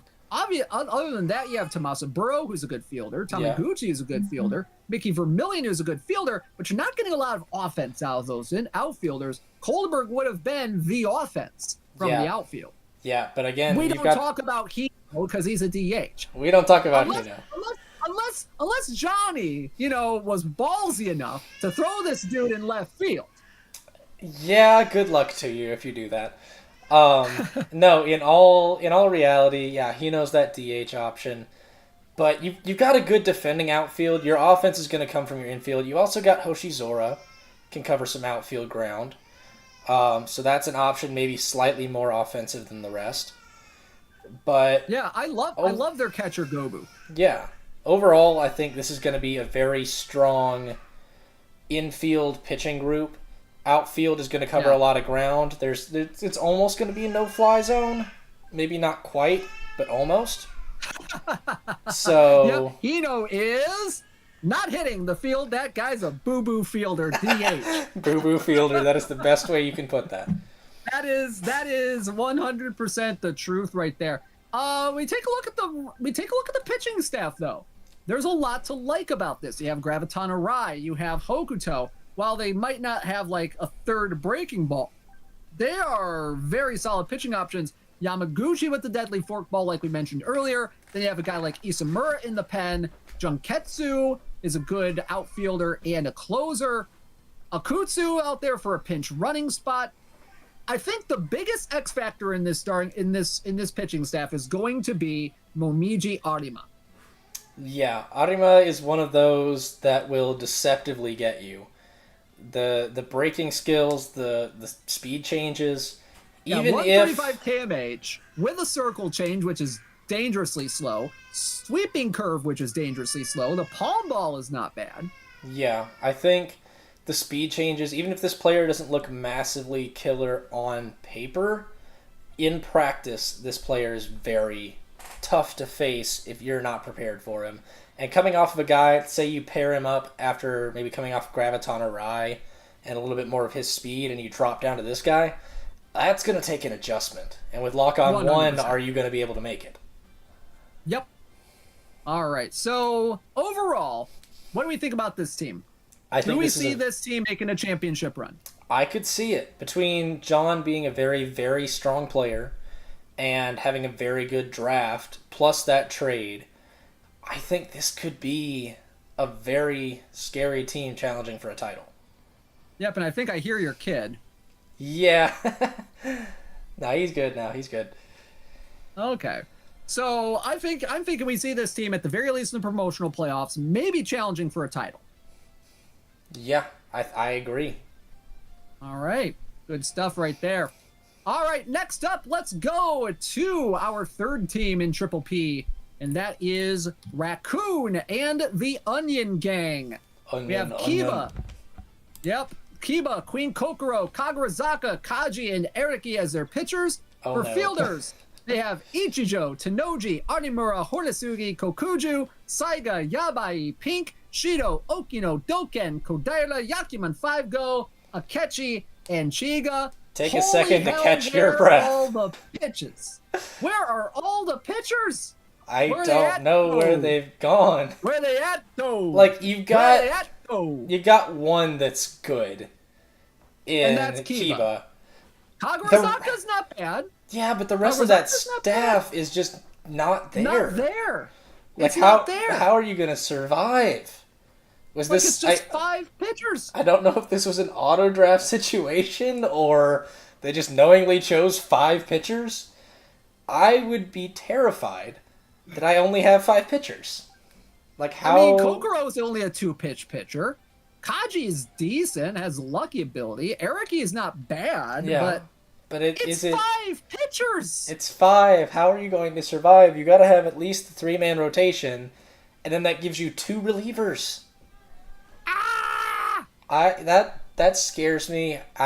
First impression right here, Raccoon, make some trades, get some pitchers. The bright side of 20-man draft and the additions of players we've had since last season, there's a lot more free agent options. There's a lot more pitchers out there. Yep. Make something happen, because otherwise you're going to be hurting with 5. Yep, 100%. But that said, these hitters, they're good. Ichijo's pretty good. Artimura's good. Got really a lot of power hitters here. Kokuju's good. Saiga's good. So corner infield is set. Pink at shortstop. That's going to be pretty big. Yeah. Yakiman 5-Go. Decent backup there. With legend. Outfield. Outfield. You got Yabai. You got Shido. Akechi. Tenoji. We talked about him a lot already. Sneakily, one of the better fielding outfielders in the game. Kind of like a poor man's toy, if you think about it. In a way, yeah. But I think the stick in the craw here is going to be that pitching staff, 100%. Yeah, I agree. At the least, you need some depth. It may not even have to be great depth, but get some more pitchers. You just go out on the free agent market. You know, I can pull up the Triple P boards right now. There are pitchers still out there. You know, I'm seeing, heck, Onishi No Goggles is sitting out there right now. Go grab him. But who do you drop from this roster? I know. That's the hard part, is do you drop anybody? Do you try to leverage a trade? You got Arashimaru with Goggles is on the market in Triple P. So there are some options for pitchers. If you're willing 100%. to go out and drop a couple fielders, maybe some of your lower guys who are maybe, your season D's type players, go pick up a couple more pitchers. You do that, this team's going to feel a lot more solid. Right now, with 5 pitchers, I'm concerned. Yeah. Do we see this team making it to the promotion playoffs? Right now, no. Okay. I think they finished 8-16 last year. Yeah, between last season's performance and, again, fielding side, great draft. The pitching, I don't have confidence in getting through this with 5 pitchers. Yeah, outside Kiba, I have no confidence in this pitching staff. Yeah, so I would be concerned. Yeah, Saiga's a third baseman, Chiga's a third baseman. So if there's anyone, if Zumi is saying in the chat, if there's anyone he doesn't need from the fielders, probably Kodaira and Akechi. That is fair. Honestly, I can definitely see that. I think Kodaira can be expendable. I think Akechi can definitely be expendable for those looking for maybe a 4th or 5th outfielder. Yeah. I think there's definitely some moves to be made with this team. Either trading those guys, maybe looking to pull some pitchers from people who need outfielders. You just go pick some people up. There are moves to be made. It's just you got to make them. All right, next up, let's go to one of the players that you are going to hopefully, barring any unforeseen circumstances, fingers crossed, see in Durham, North Carolina at the USA eBaseball Championships on Saturday, November 4th, and that is M. Frisk and Crew University. One of the best drafts, I think, this side of Johnny. Gosh, yes. That we have. You have Yakumask, Daigo Getsu, Nijitani, Tarumoto, Mamoru Icardi, Inuki, and Roseo Varese as the pitchers. For fielders, you have Toy, you have Kazunagi, you have Kagami, you have Sayeki, Tojo, Domon, Shibuya, Minazuki, Maximum Christine, Yabeman, Nanai, Heizuka, Roppongi. Holy free holies. This is another very solid Triple P team right here. How does somebody get Yakumask and Toy in the same draft? How do you even do that? Crazy. Like yeah, that. And those I are some. need to remember where Frisk drafted, because Frisk drafted from the 5 spot, which is wild. So that means either Yakumask or Toy fell to the middle of the second round. I don't know how that's possible. Man. That's crazy. Yeah.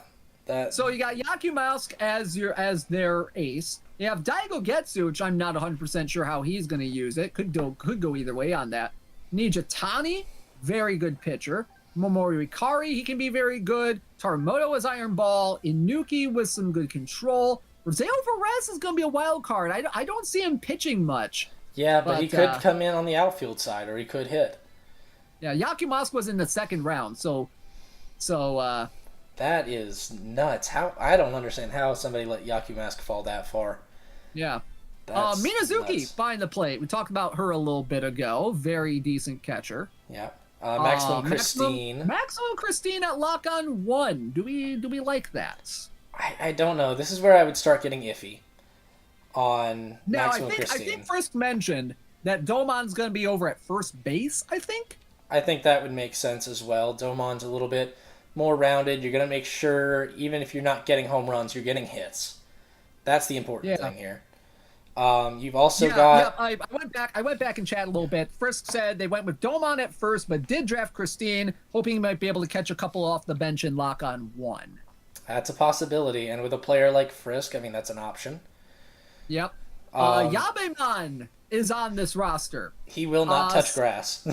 He will not touch grass. You got Sayeki at second. You have Tojo at third. Decent options. Kazunagi, Heizuka, Roppongi, so he's got some options at shortstop, maybe some trade bait potentially. Also secondary position options, so you can move stuff around. Very good. Yeah, so this is a solid infield. I'm still concerned about Heizuka, but the problem here is that you've got good. The problem here is you've got between Heizuka and Yabeman, you got 2 DHs. Essentially. Yeah. Yeah, 100%.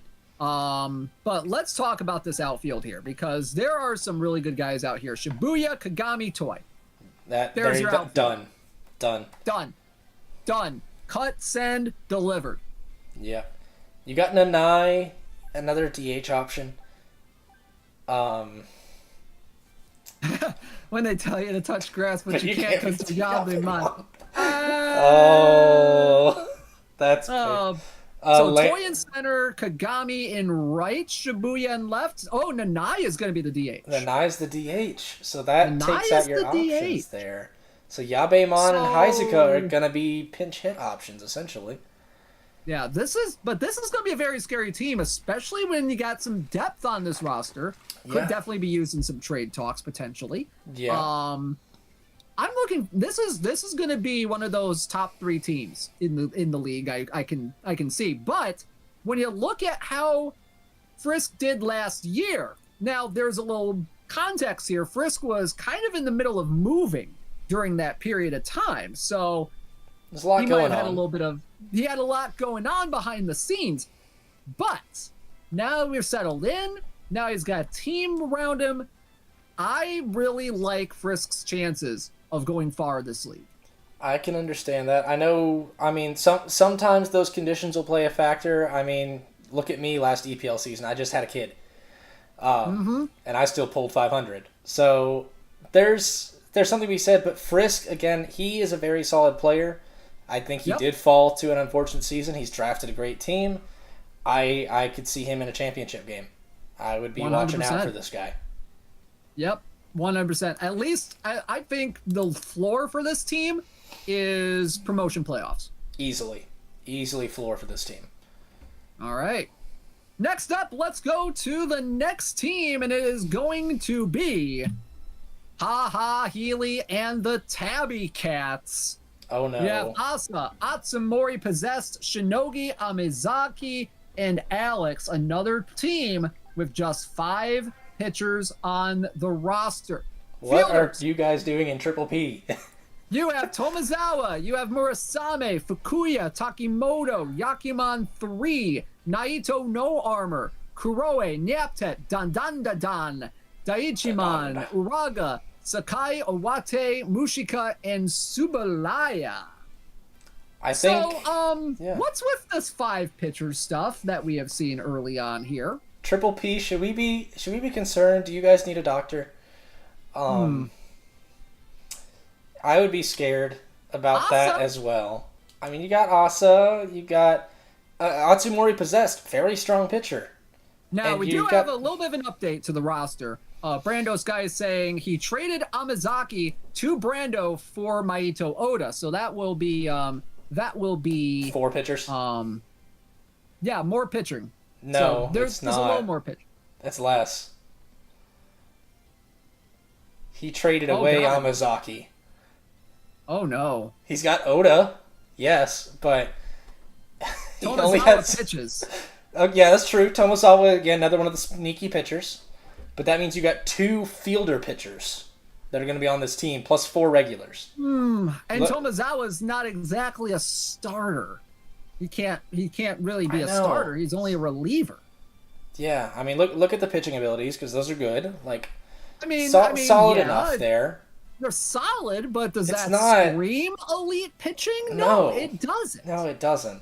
And then you trade Amizaki for Oda, which, I mean, Oda's a great pitcher. But he's a downgrade. That's still a fielder pitcher. To me, that's a downgrade. We might have had 4 shots of Fireball beforehand. Oh, my word. Man. Y'all had a draft and a half. I mean, again, I don't like this draft. I like the players. I don't like the draft. This fielding group is good. Naito being a good later pull with the no armor. I'd say it's a great late pull.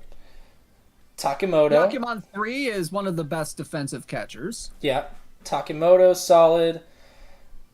Uraga's nicely rounded. It's just...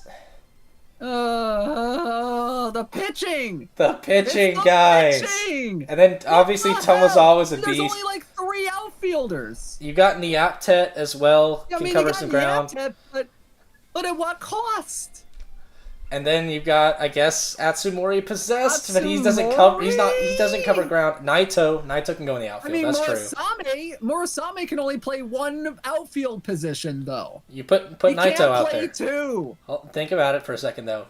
Murasame, Naito, and then you have Nyaptet or Dadanda. You could have actually a decent outfield. I think you could have a decent outfield. Naito covers ground, man. Naito covers ground. But still, yes, there are concerns here. And again, only 4 dedicated pitchers. This is terrifying. Tough. Oh, Zumi, Yakiman 3 Go, the best defensive catcher. Maybe they won't need a bullpen. I don't know about it. I mean, there's Naito not a lot is else right to field. talk about with this team. Yeah. This will be an interesting season. Ha Ha Healy, great player. You scare me with your pitching. If you have a bad game and you have to dig into your bullpen, I'm concerned about the snowball effect. So for me, I'm saying maybe top end of the relegation playoffs. Yeah. Now, if we want to talk about, if we want to talk about, let's see, hang on, give me a second here. Let's see, we're on slide 24, right? We're on slide 24, right? Let's just do a little of this. Oh shoot, fart. All right, I knew that would. I had a bad feeling that would happen. Oh no! If I flipped around a couple of slides here.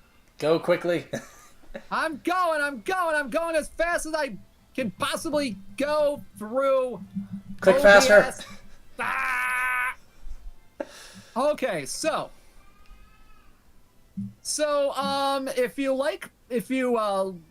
if you think that, Tabby Cats had like no pitching, let's talk about Serena. Oh boy, Serena. Yeah, Serena's in my chat. So she was surprised at the 5 pitcher setup before. Now we've got a team with 1, 2, 11. 3, 4, 5, 6, 7, 8, 11 pitchers on this Holy staff. crap. Doe, Hornizrun, Fukamizu, Izutsu, Zenzai, Bashiki, Ino, Karasuma, Shindo, Luna Izuyoi, and Matsuzaki. Now, when you take a look at the fielders, they have only 9 of them. Hirosaki, Kyushu, Shimada, Vanguard, Kaminari, Habashima, Armored Naito, Teramichi, and Base Yabe. So, there's a lot of pitching here. There's a couple of them that are two-way players, so like you've got a little more fielding option. But this is why we have 5 pitchers, says Compass. She took them all. You're not wrong. You're not wrong. Oops, all pitchers. Yeah. There's only 9 fielders. There's 9 fielders on this roster, which is bare minimum. Well, we've got a few outfield options. I mean, you got pitchers. Fukamizu, you got Izuyoi. You got Bishiki. But there's not a lot of depth. No, there's really not. That's something to be concerned about. And when one of your fielding options is Naito with the armor, in one lock on, could be in one lock on with 10 run speed. Yes, you've got the S power. Yes, you've got the S arm. That's concerning. Yeah. I mean, you take a look at this. What happens if one of your 2 fielders are in a bad mood, like Lancer says? Yeah. Trouble. That's not good. That's trouble. Literally, she says death. Yeah. Yeah. So this is a bit concerning to have 9 fielders. Like 9 primary fielders. I mean, Bashiki can play outfield. Izuyoi can play outfield. None of these pitchers can play the infield. Yeah, but then again, you look at that draft group, and it is mostly infielders. And Kirasaki is good, Shimada is good, Habashima is good. So this is not a bad infield. But there's no depth. There's no depth. Yeah. Triple P doesn't need such outdated notions as depth and having a bullpen. No, they don't need any of that.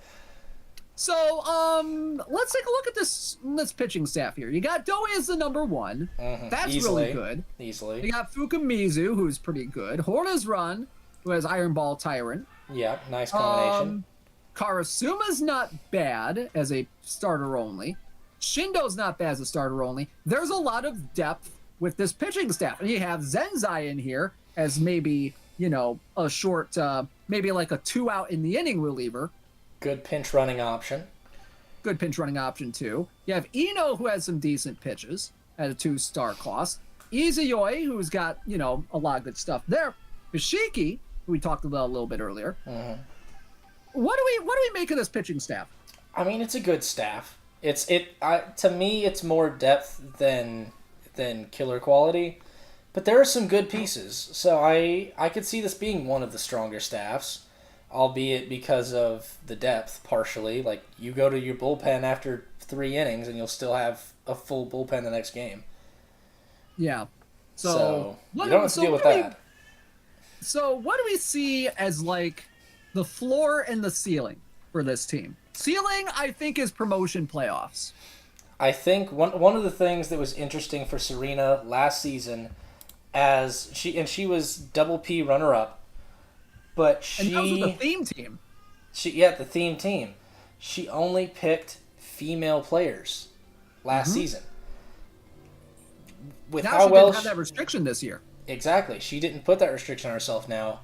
If she plays with the skill level and has the boosted strength of roster in some of these areas, I could see a better team here. But right now, again, those fielders concern me a little bit. I'm currently feeling middle of the road. Yeah, I think that's solid. I think that's a solid assessment there, to be honest with you. Yeah, I think that's just where we're at.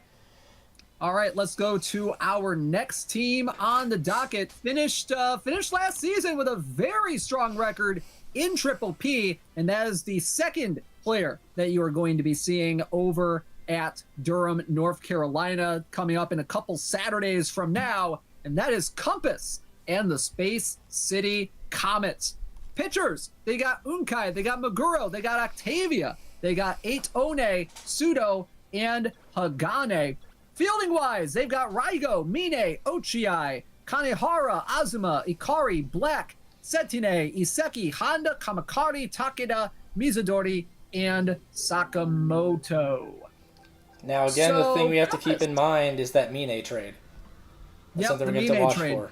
The Mine trade, which means that Mine's out of there, but you reinforce that outfield with Victor Kohlberg. Yeah.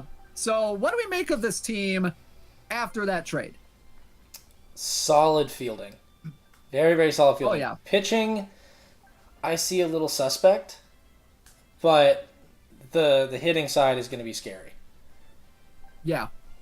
I mean, Ozma at short, Raigo at third. That's going to be a solid left side of the infield. Then you got Iseki, who's dangerously good at second base, playing that defensively. Then you got Ochiai over at first, solid first baseman. Very scary. I really like what I'm seeing fielding-wise. They're really going with a decent contact strat here, which I think may be why they have Kohlberg on the roster here. I think they're really going for more of a contact-oriented offense here. Maybe a little bit of power with Raigo and Ochiai on the roster. And now with Kohlberg, that adds another power option here. Susumu Ikari's a good catcher. And the pitching, there's a lot of studs in here. You got Umkai, one of the meta pitchers in the game. You got Octavia, another one of those metas. Kind of an older meta, but still pretty good. Yeah, it's a better forkball. Yeah, Maguro, cutter. Iron ball. Yeah. And iron ball. This is a solid pitcher right here as well. Octavia is more of a knuckleball as well. Pseudo, we talked about him a little bit ago, has the heater. Hagane, some good stuff there. I think this is a pretty solid team that I think is going to 100% go to the promotion playoffs. I agree. I think this team came off pretty rounded. I know it hurts a little bit giving up Mine, but I think it's going to help overall bringing in that outfield depth because I think it's something you need with this team. So, and granted, yes, Mine could have played outfield at a bit of a hit, but I think taking Kohlberg in that spot, I think it ends up being a beneficial move. You put Kohlberg, Setine, Kanehara out there, I think you're going to have a pretty decent group. And then you also got Kamakari, like second base outfield type option, can fill in some slots, but it is very much a contact heavy team. Yeah, and Compass saying in the chat that he was heavily targeting players with menace. That's like the intimidator ability that we had back in the Power Pros days. So that could be very interesting with Ochiai having that ability, Raigo having that ability. This could definitely be a very interesting team to watch. Definitely going to make a run toward the promotion playoffs this year. I agree. Especially given Compass's skill as well on the sticks. Oh, yeah. No, between somebody who can go to, this Durham tournament and also is thinking with a meta like Menace, it's going to be something to watch. Yeah. Yeah, Victor has it too. So that's another one right there. So that's another... This could be a steal of a trade for Compass. Getting Victor Kohlberg for Mine. That's going to be...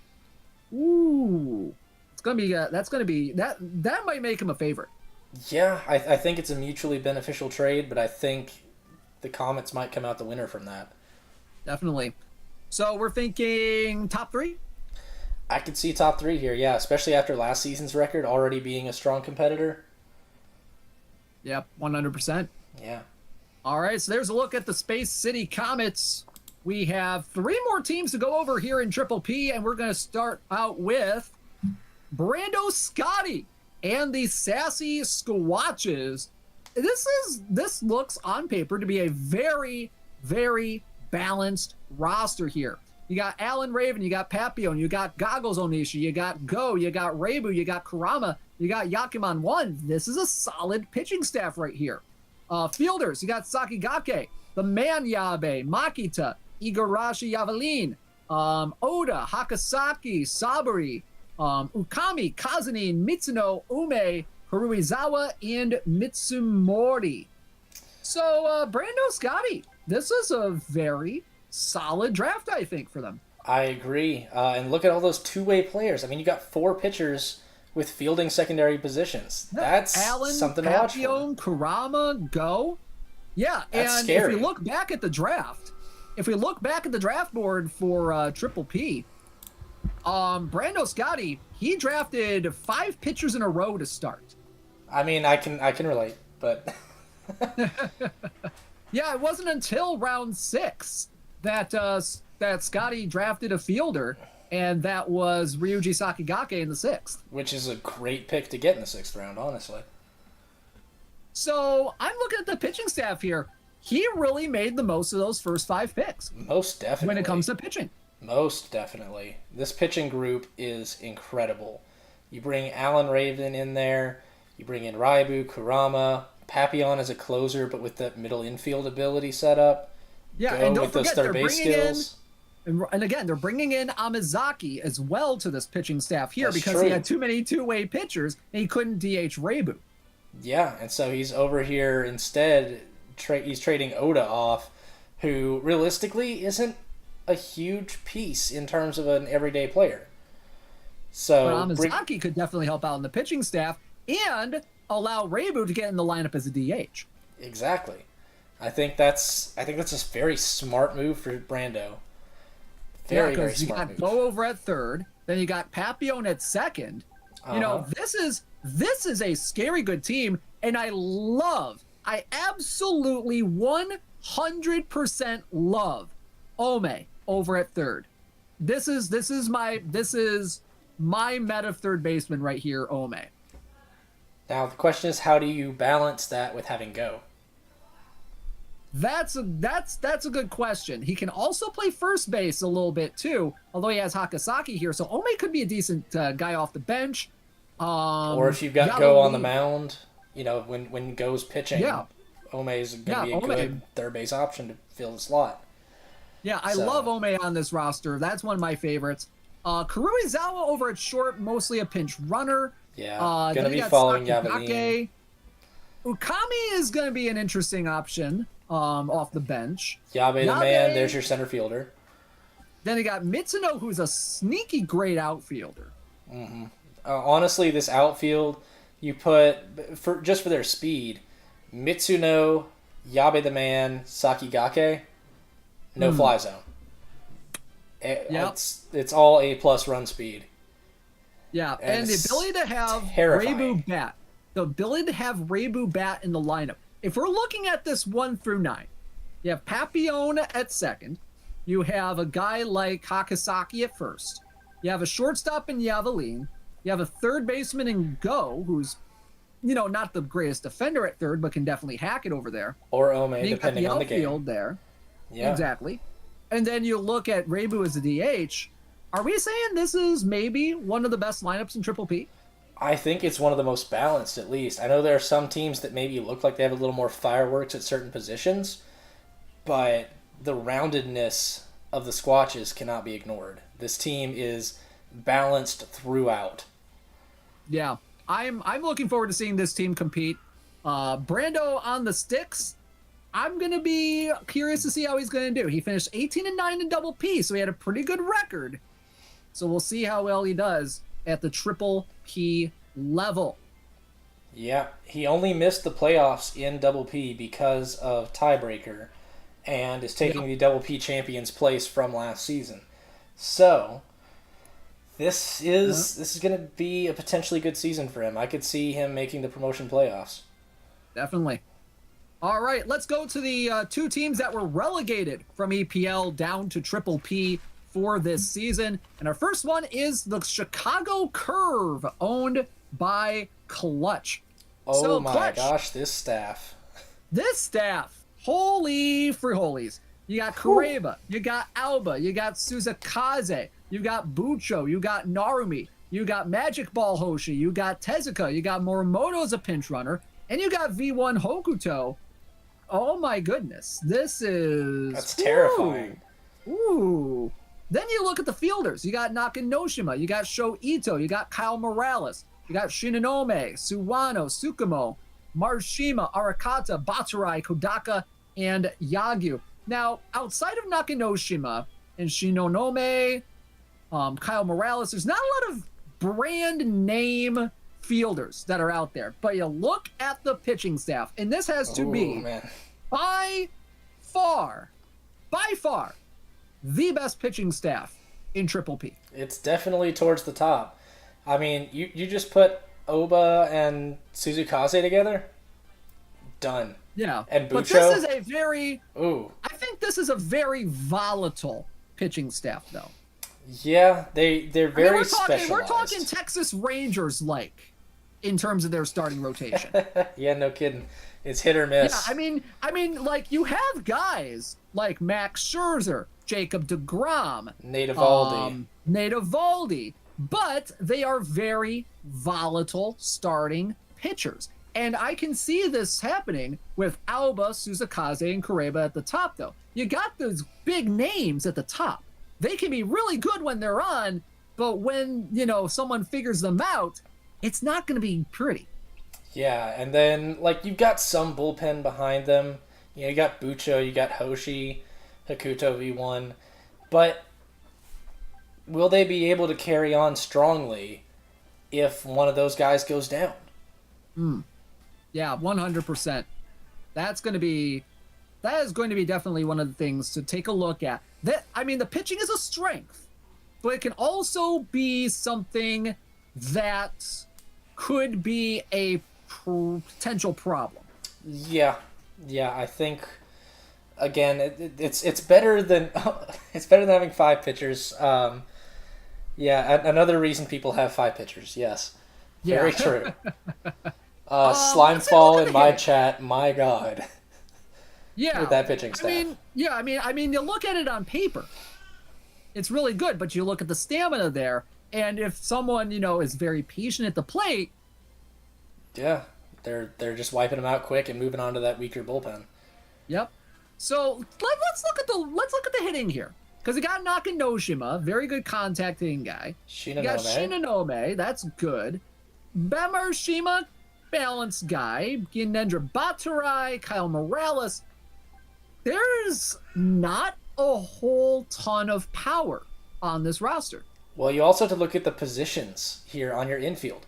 There's no first position first baseman, second baseman, or third baseman. It's all going to be secondary position players. You got 4 primary shortstops. Yeah. Nakanoshima can cover a couple spots. Shinonome can cover second base if needed.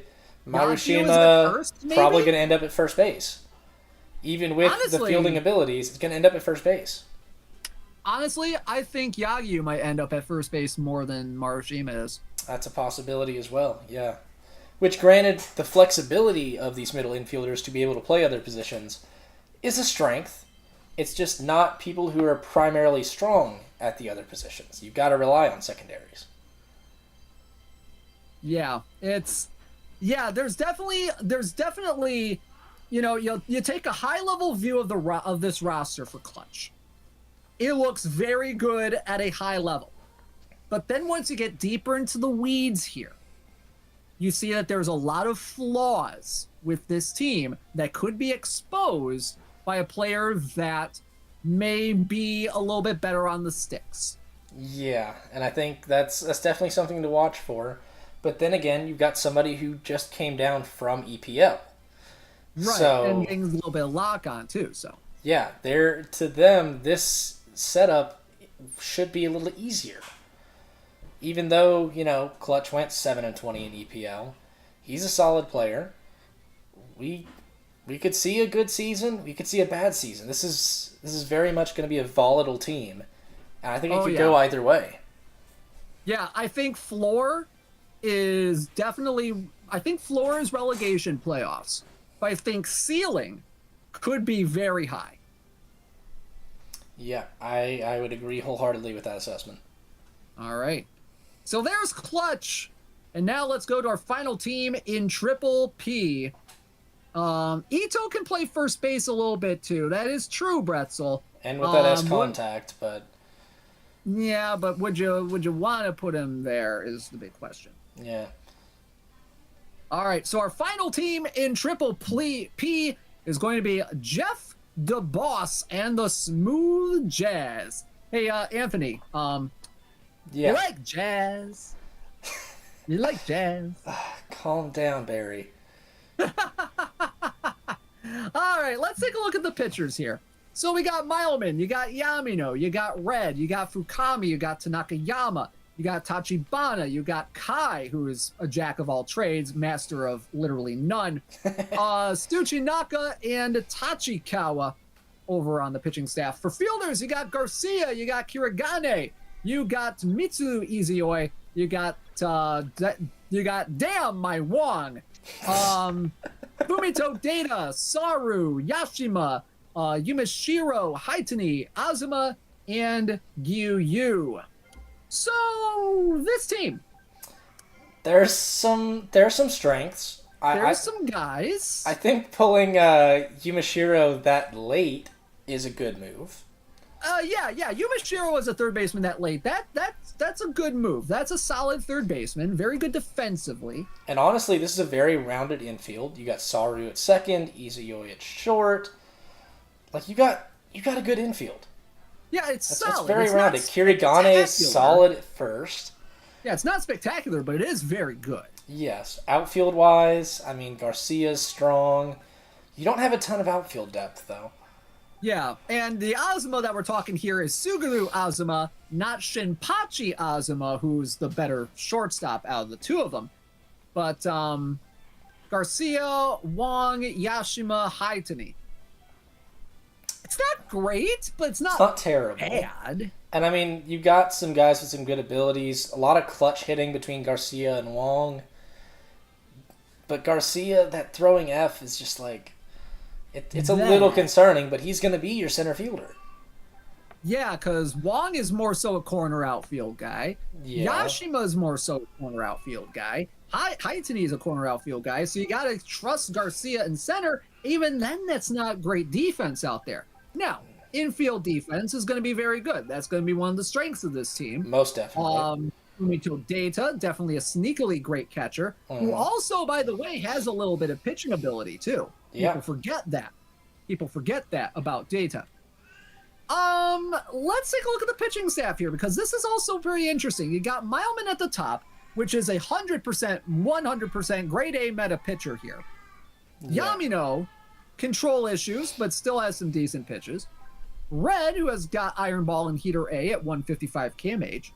Then you got Fukami, who we talked a little bit about earlier. There's some control issues on this roster. There are. I think you're going to be looking more to overpower or outthink your opponent, but you're not going to be playing for placement. I mean, Tanakayama's a shortstop bench guy. Yeah, pretty much. Tachikawa is another one of those patron saints of veteran players going yard. Most definitely. He's the meta for who not to pitch against people who know what they're doing. Tsuchinaka. Yeah. Now you've got Tachibana. you've got some decent hitting abilities from your pitchers in Red and Yamino, but that's just a DH slot. Yeah, and Tanakayama is a shortstop disguised as a pitcher, which is very true. And I mean he's a pretty well-rounded shortstop. So props to him for that. That's a great backup shortstop. Yeah, Jeff is saying Tsuchinaka and Tachibana are super underrated. I tried Tsuchinaka at one point. I did not like the special pitch. It's in Tanakayama, no. Tachibana, I don't know. Oh no. Well, this is going to be an interesting team to watch. I will 100% say that because, I'm not sure if Jeff is going to be using two-tap pitching, which could help a little bit with control, or it could hinder if he's not as comfortable with it, and you've got guys with poor control. That's going to shrink that zone down. Yeah. So 6-21 record last year in EPL. They struggled mightily without lock on. Now the one thing to note there, if we remember, he is using two-tap. He is using two-tap. The one thing to note there is that he did not play the full season in EPL. He took over for, was it MLBPP 2007?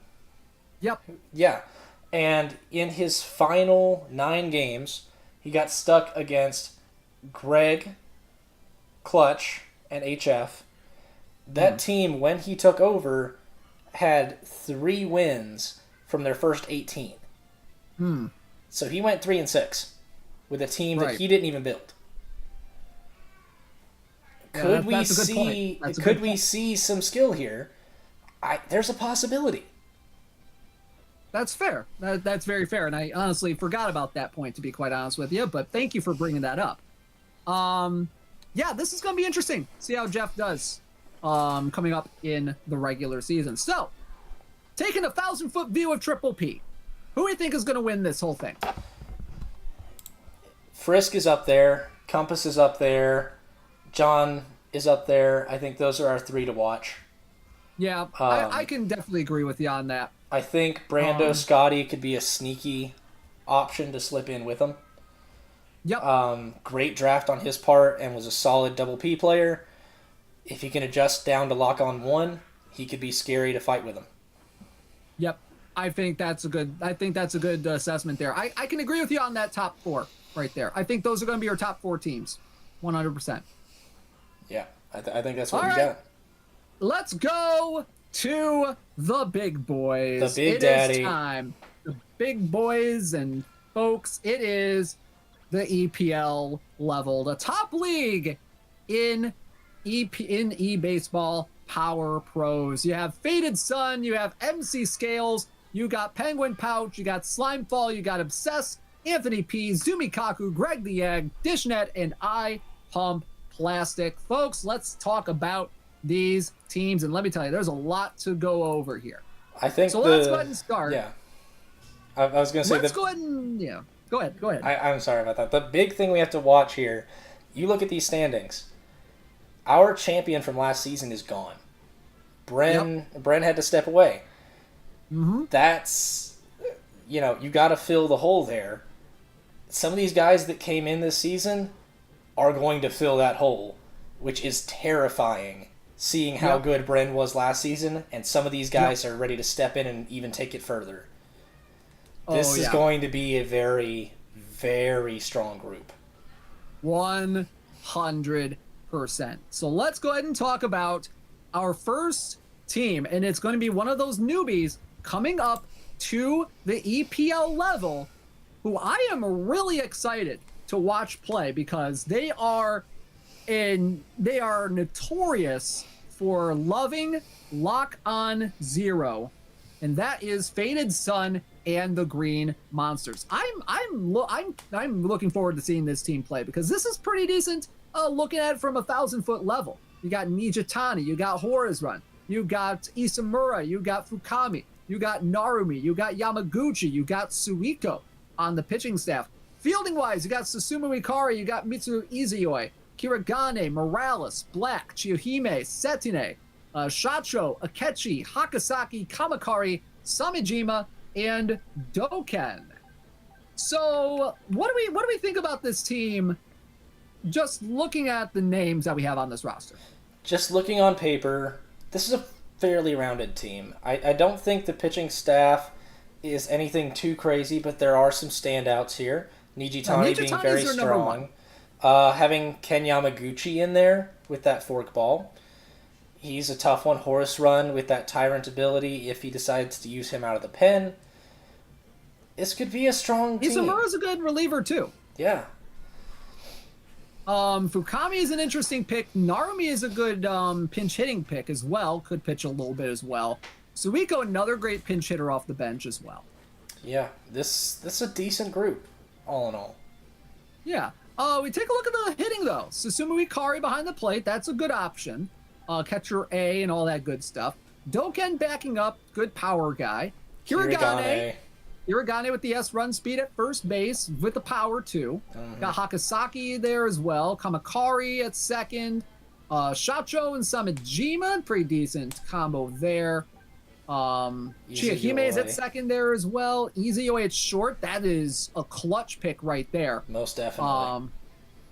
Then you look at the outfield. You got Setine, you got Black, you got Morales, you got Kechi as a fourth outfielder. This is, like you said, this is a very solid all-around roster here that could be very good. It could, but there's also not really a lot of standouts, you know? And that's not necessarily a bad thing. If you've got a very rounded roster and a very skilled player, that's all you really need. So we could see some good stuff here, but Faded Sun is kind of the wild card of this group. If you look back at his history here, he started out in single P last season, wasn't able to finish the season. He was brand new to the Discord at the time, has been working his tail off since then, training without walk-on, and has all of a sudden made the jump into an open slot in the EPL from single P.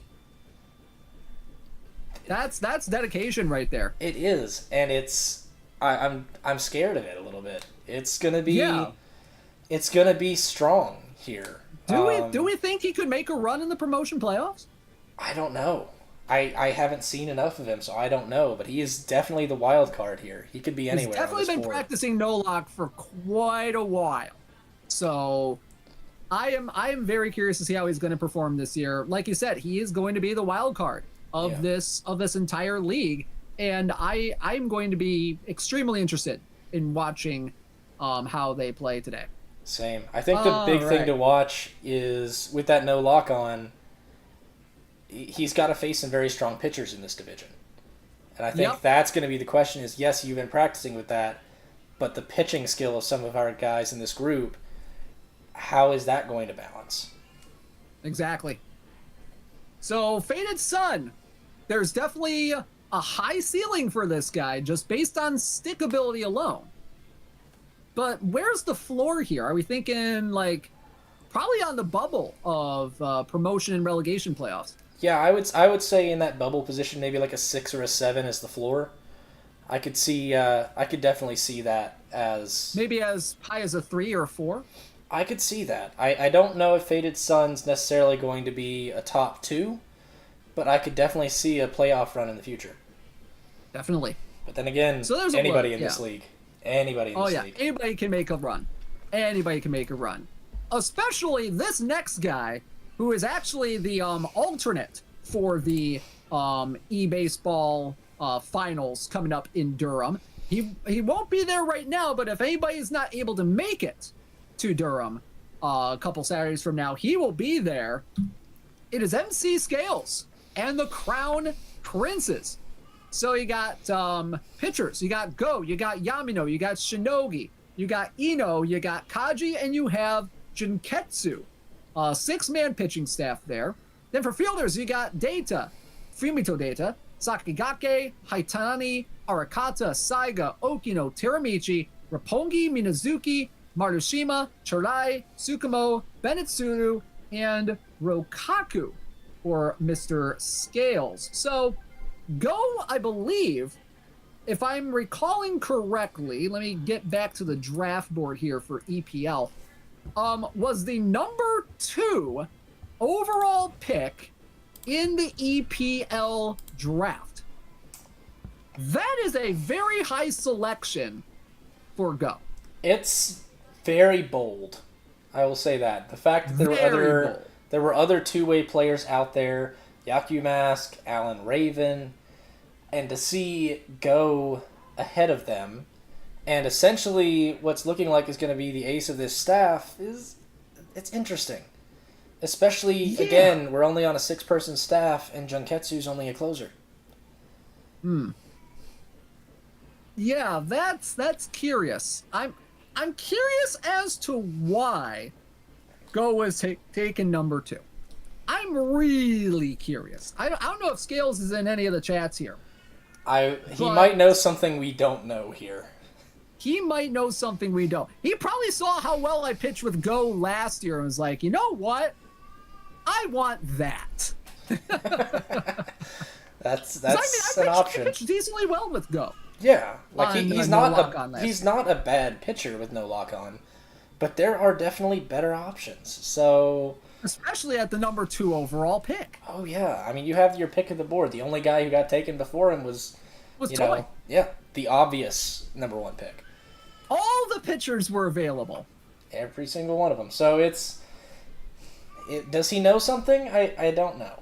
We'll find out. Does he know? Does he know? Does he know? So we take a look at the hitting here. There's some decent folks here. I'm very surprised that Bennett Sudu made this roster. And I want to see. Let me see how high he was picked. He was okay. He's a round 19 pick. Round 19 pick. So not late, such a late big draft. Sakigake is a good pick. Yes, he was Haitani, like we mentioned earlier, Sakigake's 4th pick. round. Yeah, Haitani's interesting. That F catching's a little questionable. Arakata with the blunder ability. Teramichi Tsukumo is probably going to be the rest of the outfield. Yeah. They did play scales.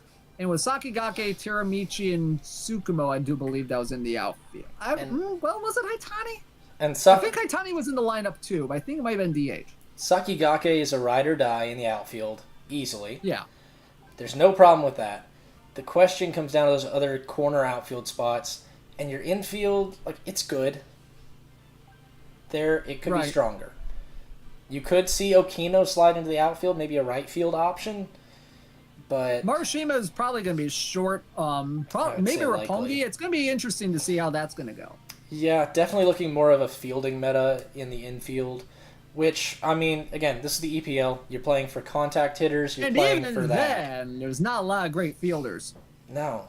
So, I mean, and you've got Saiga's Daita. okay.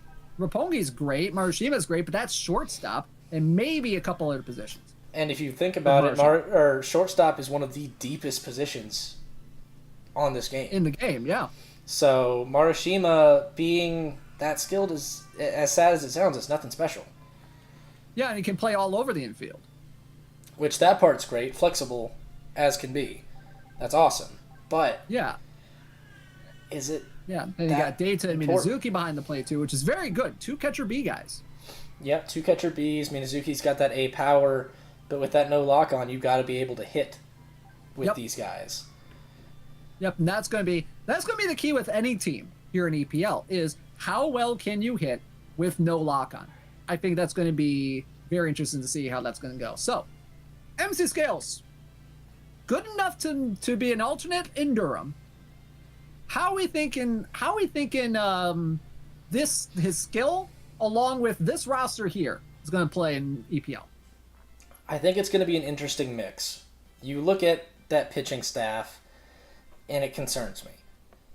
But he's also got a lot of skill to back it up. And then the fielders are kind of mid. Decent? I could see him sitting mid-table, but I could see him in the relegation playoffs. I don't know. Yeah. But they did finish 16-8, Triple P runner-up last year. So there's at least a little bit of, history here. Yeah, they've definitely earned a place in this league. I mean, they had to work to get here. 100%. So, I don't know. We'll see how this goes. I am curious with that pitching staff, just how that'll play out. 100%. All right, so there's MC Scales.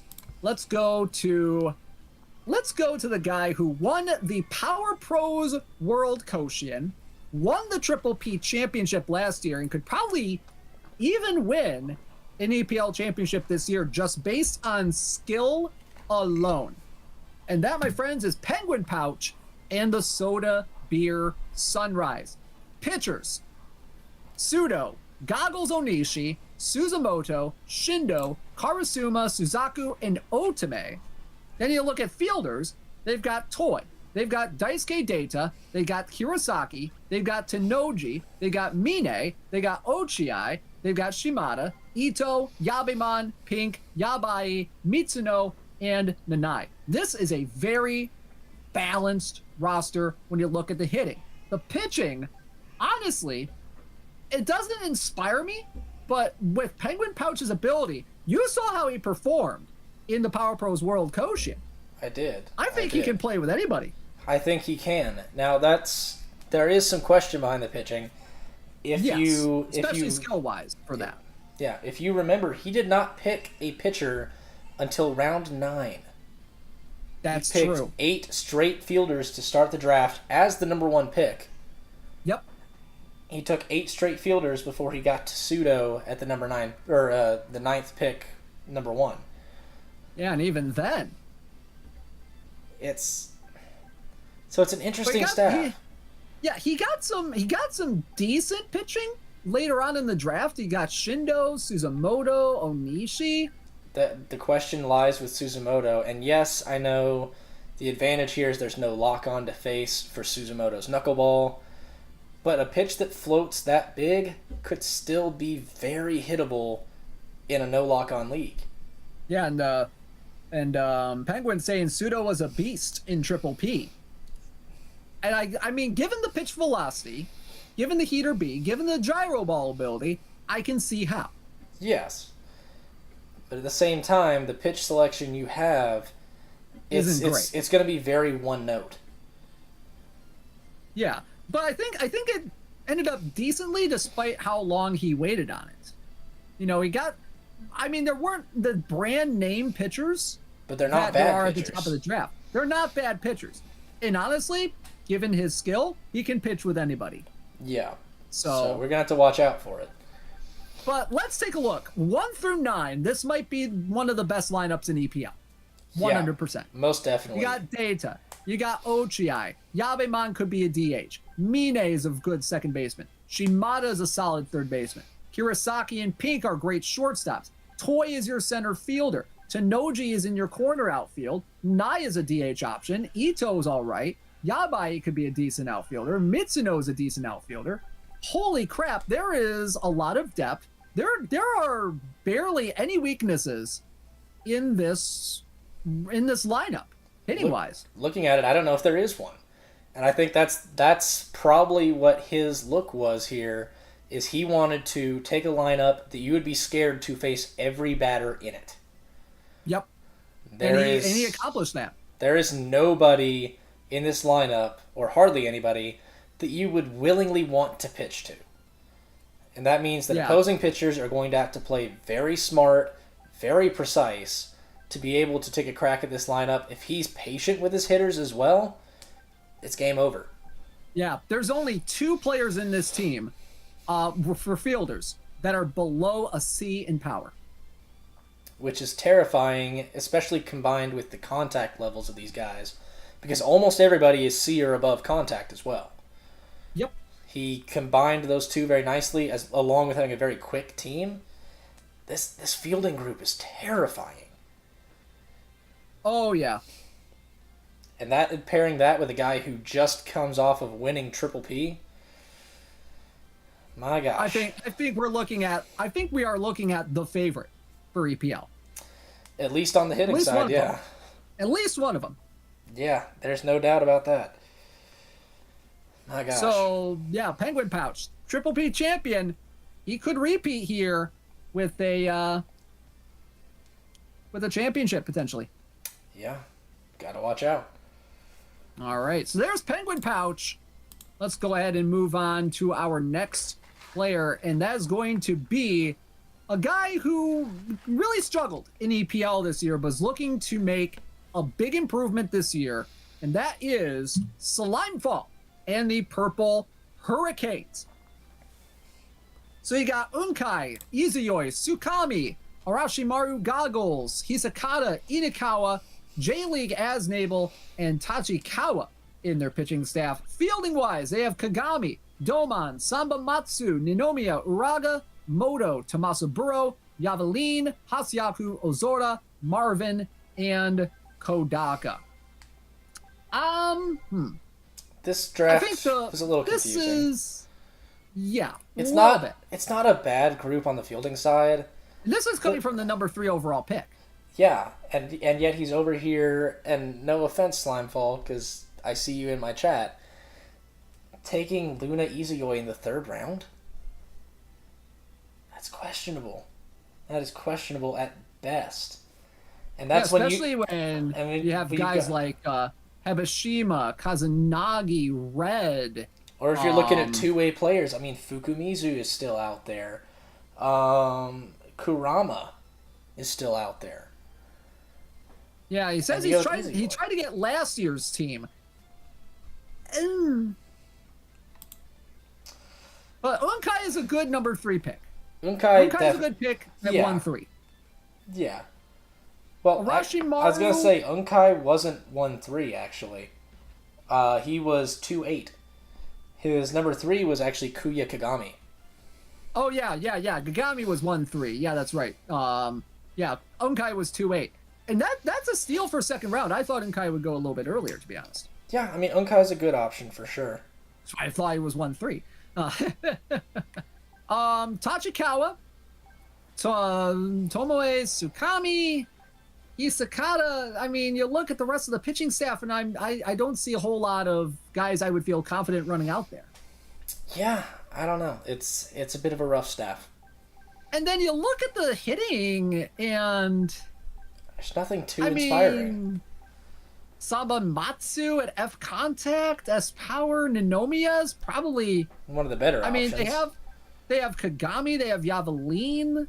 Tamasaburo, strong coverage of the outfield, but Moto is not bad. Uraga is decent, but there's not a lot of guys I really feel confident having on this roster. Especially with no lock-on. I mean, Kagami is a good defender. Tommaso Burrow's a good defender. In the outfield, at least. Zumi says Samba Matsu did kick some ass last season. Okay, that's fair. I mean, I think he did hit a home run off of me, so. Yeah. I don't know. So he's got a little bit of pop, but you got to make contact in EPL, and yeah, there's an F there. We'll see how that goes. I don't feel very confident here. Yeah, but Samba Matsu did have a decent year. Did have a decent year last season. So yeah. We'll see how that goes. So what do we think?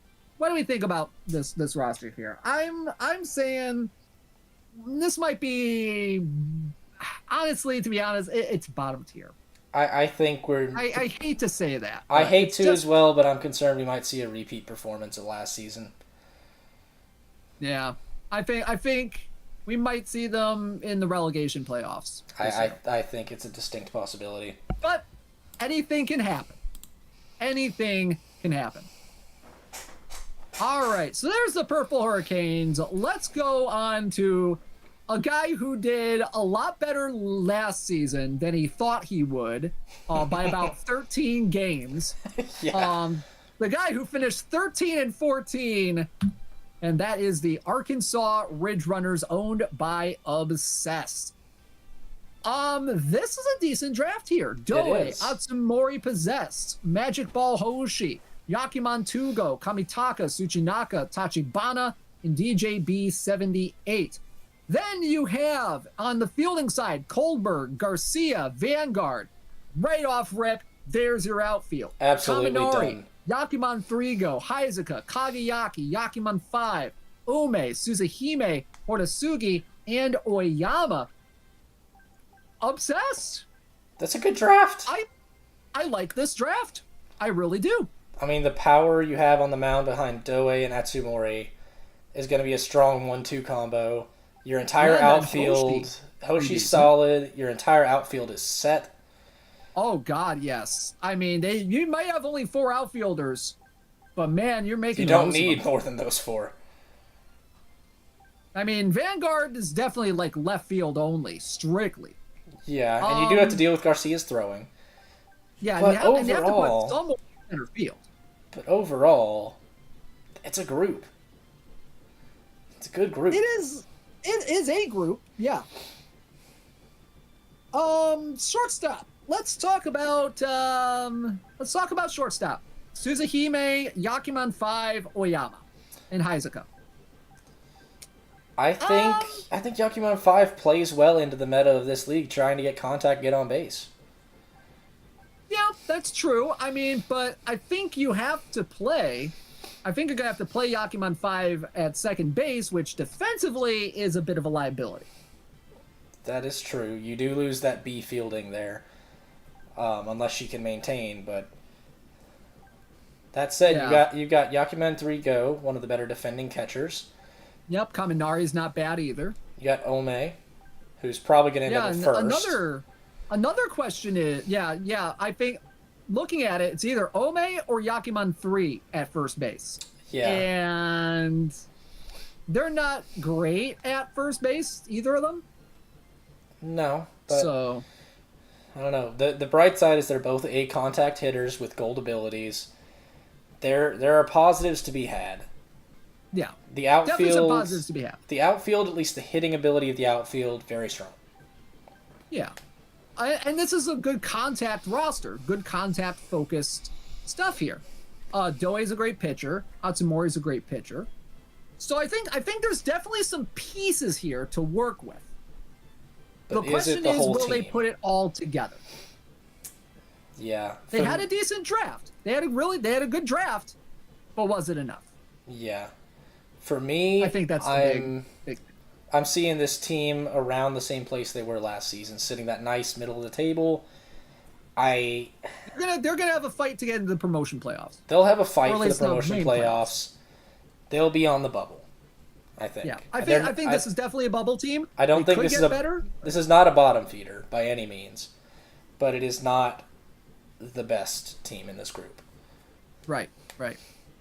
Speaking of the best team in this group, let's talk about your team, Anthony. Let's talk about my team.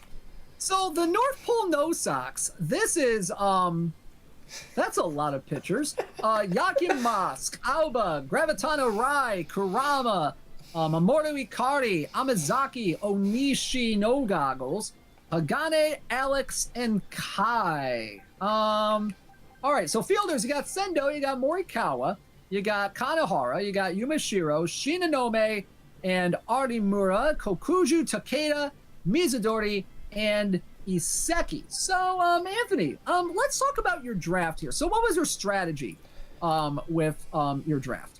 In my head, first thought is two-way players, as we talked about before, are going to be extremely valuable. So automatically for me, my first pick was going to be, if available, either Yaku Mask or Alan Raven. They were both available. I went Yaku Mask because, again, not only those great pitching abilities, great catcher. Yep. Had to go with it. Yep. They got Alba, you got Rai. Yeah, my strategy has always been my pitching. That's been my strong suit across last season. And you certainly got pitchers. I certainly got pitchers.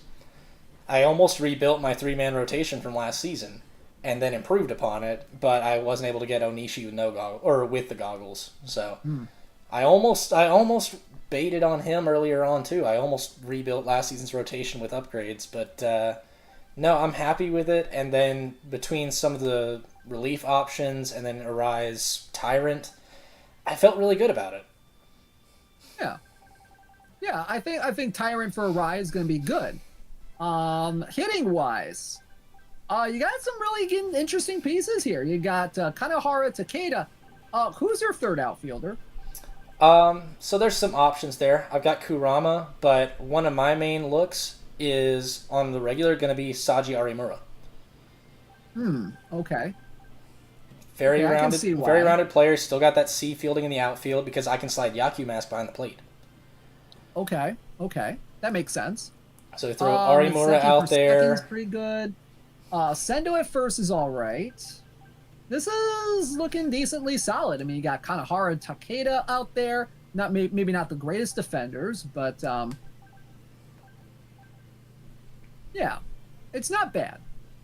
Yeah, I mean, again, I do my best. My focus was heavily on the pitching. Yeah, and you got some decent infielders too. So you got decent defense. I was happy with how I came out on the infield side, but I would say my hitting side maybe weakened a bit. I mean, when last season I had players like Tomozawa, Papillon, Tanoji, Kyushu, the hitting I think might have weakened a little bit. Though my overall contact maybe got better. I think I was trying to be also maybe a little smarter with some of my abilities. Yeah. So that's something I was looking for. And I think All overall I did a good job of that. Yeah. It wasn't a bad draft. No. I could definitely see this making some kind of run to a playoff spot. To at least the good playoffs and not the bad playoffs. Yeah. But overall, this is kind of decent. Yeah, I wouldn't say I had a world-breaking draft, but I feel confident in my pitching. Yeah, if the North Pole doesn't have socks, that means their feet are frozen, which means they have horrible speed. I can see the weakness. My team's not that slow. I got a decent bit of B's and C's on speed. I got some quicker. Yep, I'm just reading a thing from Toxic Kite in the chat. That was good. Yeah, that's a good one. So there's a look at the North Pole no socks. Let's go to Zumikaku and the North Shore Hanu. You got Asa, you got Red, you got Octavia, you got One, you got Queen Kokoro, you got Inuki and Tarumoto on their pitching staff. And then you have on the fielding side Takimoto, Raigo, Ichijo, Kuroe, Yashima, Suwano, Sakuma, Saru, Kazunin, Baturai, Sakuranomiya, Yagyu, and Sorimachi. What's the first thing you think of when you see this roster? That's hard to decide here. There's some great hitters early on in that group, and a few solid pitchers. But is this a big enough rounded group to go far? Yeah, I see Takimoto here as a first baseman. Ichiro is here as well. So there's at least a couple power guys there. You got Raigo at short. You got Saru at second. Sakuma and Baturai at short is... okay. Certainly some people you could have at short. Outfield's a little dicey. Outfield is what the kids would call sus. You got Yashima, who's probably your best. I mean, you got Sorimachi, who's more so a defensive replacement. Yeah. Yashima is probably the best starting outfielder you have. Yagyu is a DH straight up. Kazunin is a pinch runner straight up. Raigo is not exactly an outfielder. Kuroe is not exactly an outfielder. Sakuranomiya is not exactly an outfielder. Suwano might be an outfield your option. your second best starting outfield option, because there is no way you're putting Sorimachi in a starting lineup in the year 2023. I was going to say at most with Sorimachi he goes in left with that D on the arm strength, but no. Yeah, so Zumi in the chat saying, last year he focused a bit too hard on filling the positions I needed instead of getting the best players available. This year I might have overcorrected. Hey, you know what though? That leaves you open to trades. If you've got surplus at some positions, there's trade possibilities for teams that need it. Yep, I can definitely see some guys maybe being on the block. Maybe Baturai could be used as trade bait for maybe a fifth outfielder. Mm-hmm. But I mean, you look at the top of the rotation with Asa and Red. That's not bad. That's pretty decent. solid. Octavia is a good player to have out of the bullpen. Yeah, definitely. Kokoro is a wild card. Taramoto is Iron Ball. Inuki is another wild card. Now we could see Kokoro in the outfield with this group.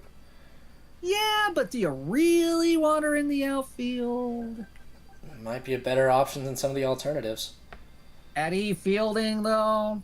At B running speed and B arm strength and B throwing. That's one of those questions. Yeah, I think outfield is definitely a weak point for this team. But on the flip side, I would pit Zumi against just about anybody skill-wise. Yeah. At least on my end, he has always been my foil. So. Yeah, Zumi says my outfield is totally fine, but also if anyone wants to trade an outfield for a first base, hit me up. Accurate. Because honestly, that might honestly be the play. It might be. He's got strong first base options. Yeah, you got Takimoto and Ichijo. Trade one off, get an outfielder, then we'll talk. Definitely. So there's a look at Zumi and the North Shore Hanu. They could definitely make a run. They might need to make a couple moves to do it, but this team can make a run. I mean, I don't see them lower than Bubble, and just based on his skill, I could see probably making the playoffs, but time will tell. This roster is interesting. All right, let's go to last season's EPL regular season champion, and that is Greg the Egg and the Subarctic Narwhals. Finished 23-3-1 last year. Allen, Reibu, Kareba, Bucho, Hokuto, and Eriki. Then for fielders, they got Nakanoshima, Kazunagi, Murasame, Sayeki, Hoshizora, Manyabe, Shido, Azuma, Todo, Shiroi, Ukami, Saburi, Daiichiman, and Angel Amane. So, Greg, very good player. Very skilled player. Very talented. And there are some very skilled players on this team. I think we have to talk about that pitching staff. Yes, it's only 6 pitchers, and that part would normally be a concern. And they got the father-son duo of Allen and Reibu. Exactly. For spoilers for those of you. For Power Fest, by the way. Ooh. But yeah, that's one of those things though. Is like, he only got 6 pitchers. And but they got Kareba, which I was pissed that he got. Those are 6 good pitchers. If you're gonna only have 6, you need a strong group. They did that. And this is a strong group. Hokuto is the V1 version because I got V2. But still, Hokuto V1, very strong pitcher even then. Oh yeah. Reibu is going to be interesting to see. Kareba, very solid pitcher. Allen, I absolutely terrifying. love Kareba. 100%. Zumi says, my team might be more rounded if I didn't have Faded Sun and Greg on either side of me sniping all my picks. That's what you get. That's what you get. So this is this could be a solid pitching staff, even though it's only 6 players. Oh yeah. Hitting-wise. Would I be concerned? I don't know. Probably not. Hitting-wise, what do we see with this hitting staff? A lot of contact. Yeah, a lot of contact. Who is starting at short? There's 3 really good ones there, plus Ukami. Yeah, Ukami's not going to be a starting shortstop, so they're out. Yeah. Kazunagi, all the... What other positions does Kazunagi have? Kazunagi, first and second, but not third. But still maintains the C at fielding. I think Kazunagi probably ends up at second. I mean, they got Saburi there and Sayeki. That's true. So there's definitely a little bit. There's a lot of of trade bait depth here for there. shortstop. Then definitely some middle infield trade bait. 100%. A lot of flexibility. Outfield wise, they got Murasame in center. Ultimate 100%. Akio Yabe, the man. They got Shido, who can be a very solid defender with the Glover ability. Shiroi with the Glover ability is pretty good. So there's going to be some decent defense in this outfield. Yeah, but that said, where's the hitting in that outfield? There's not a lot. It might come from Shiroi. Yeah. Maybe Shido, maybe Abe. Yeah, but you got to watch because 2 of those 3 have clutch F. They're not going to be driving in runs, most likely. So Zumi is saying, I think the move for the infield is Nakanoshima third, Kazunagi short, Sayeki second, Daiichiman first, leaving Azuma on the bench. That's not a bad move necessarily, but at that point, is Azuma trade bait? I think it could be. A run speed, A fielding. Now, the downside here is Azuma only plays short. Plus Glover. Yeah, Glover stealing A. Morale. That's a good player. That could be... It could be strong if trade you go bait. with that lineup, Azuma might be the best player on the trade market. That's entirely possible. Yeah, so what do we see? What do we see with this team? I think I see a title contender right here. Given Greg the Egg's ability, given the pitching staff, given some of the hitting depth that they have in the infield, I think this team is a title contender. I would agree. I think, depending on what you do with Azuma, if you throw him on the market, maybe get one more pitcher, fairly solid pitcher in that trade, gives you a little bit more bullpen depth, done. This is going to be a title contender. 100%. Oh, Zumi 100%. says he forgot about Ozma. Put him at short and put Kazanagi at first. And then Daichimon's out of the lineup. Yeah, honestly, that might not be a bad idea. Yeah, but you use a little power. All right. Anthony, I'm going to let you take the reins on this one because it's time for you to roast my team. Oh, yeah, let's talk about... Bernardino, 66ers, your EPL, somehow, someway, runner-up from last season. Take it away, my man. The somehow runner-up despite being a worse regular season record than the No Sox. Cough, cough. After the No Sox beat you in 2 out of 3 games. Ooh. No, this is a very strong team. This is a very strong team. You got Kiba, you got Hokuto V2, Maguro, Kagarizaka, Shirayama, Tanakayama, and Yumashiro the pitcher. Pretty decent group there. And then your fielders, you got Tomozawa, Hibishima, Wong, Naito No Armor, Tojo, Gobu, Tamaguchi, Danda, Oda, Makita, Awate, Mushika, and Tsukami. I mean, this is a good group, in all honesty. Your pitching staff, very, very strong. What were you thinking here when you were putting this group together? So, pitching-wise, my strategy for pitching is which pitchers do I not want to face? Amen. At all. And that's what I went with. That's why I picked Kiba with the 8th overall pick. That's a great pick. Lord knows I did not want to face Kiba during the regular season. Nor did I want to face Hokuto.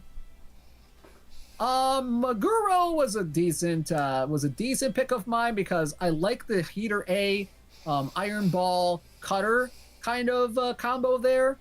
Kagarizaka, love the curveball. Shiroyama, I think Shiroyama's a wild card pick for me. Definitely, I think Shiroyama's gonna be my closer. I could see that working. Yeah, you got that vertical slider, that special fastball. Could make something useful here. Plus Iron Ball. Yeah. And 155. Tanakayama is more so a bench guy for shortstop. Yeah. Pretty much. Yuka Yumashiro. I just had to. You know. Yeah. Despite that 110 KMH. But I think it could screw some people up. It could. We'll have to see. That especially on Lock on Zero. That screwball is going to be weird at that low of a speed. And the changeup. Yeah. It's going to be weird. All right. So, hitting wise, I love Gobu at catcher.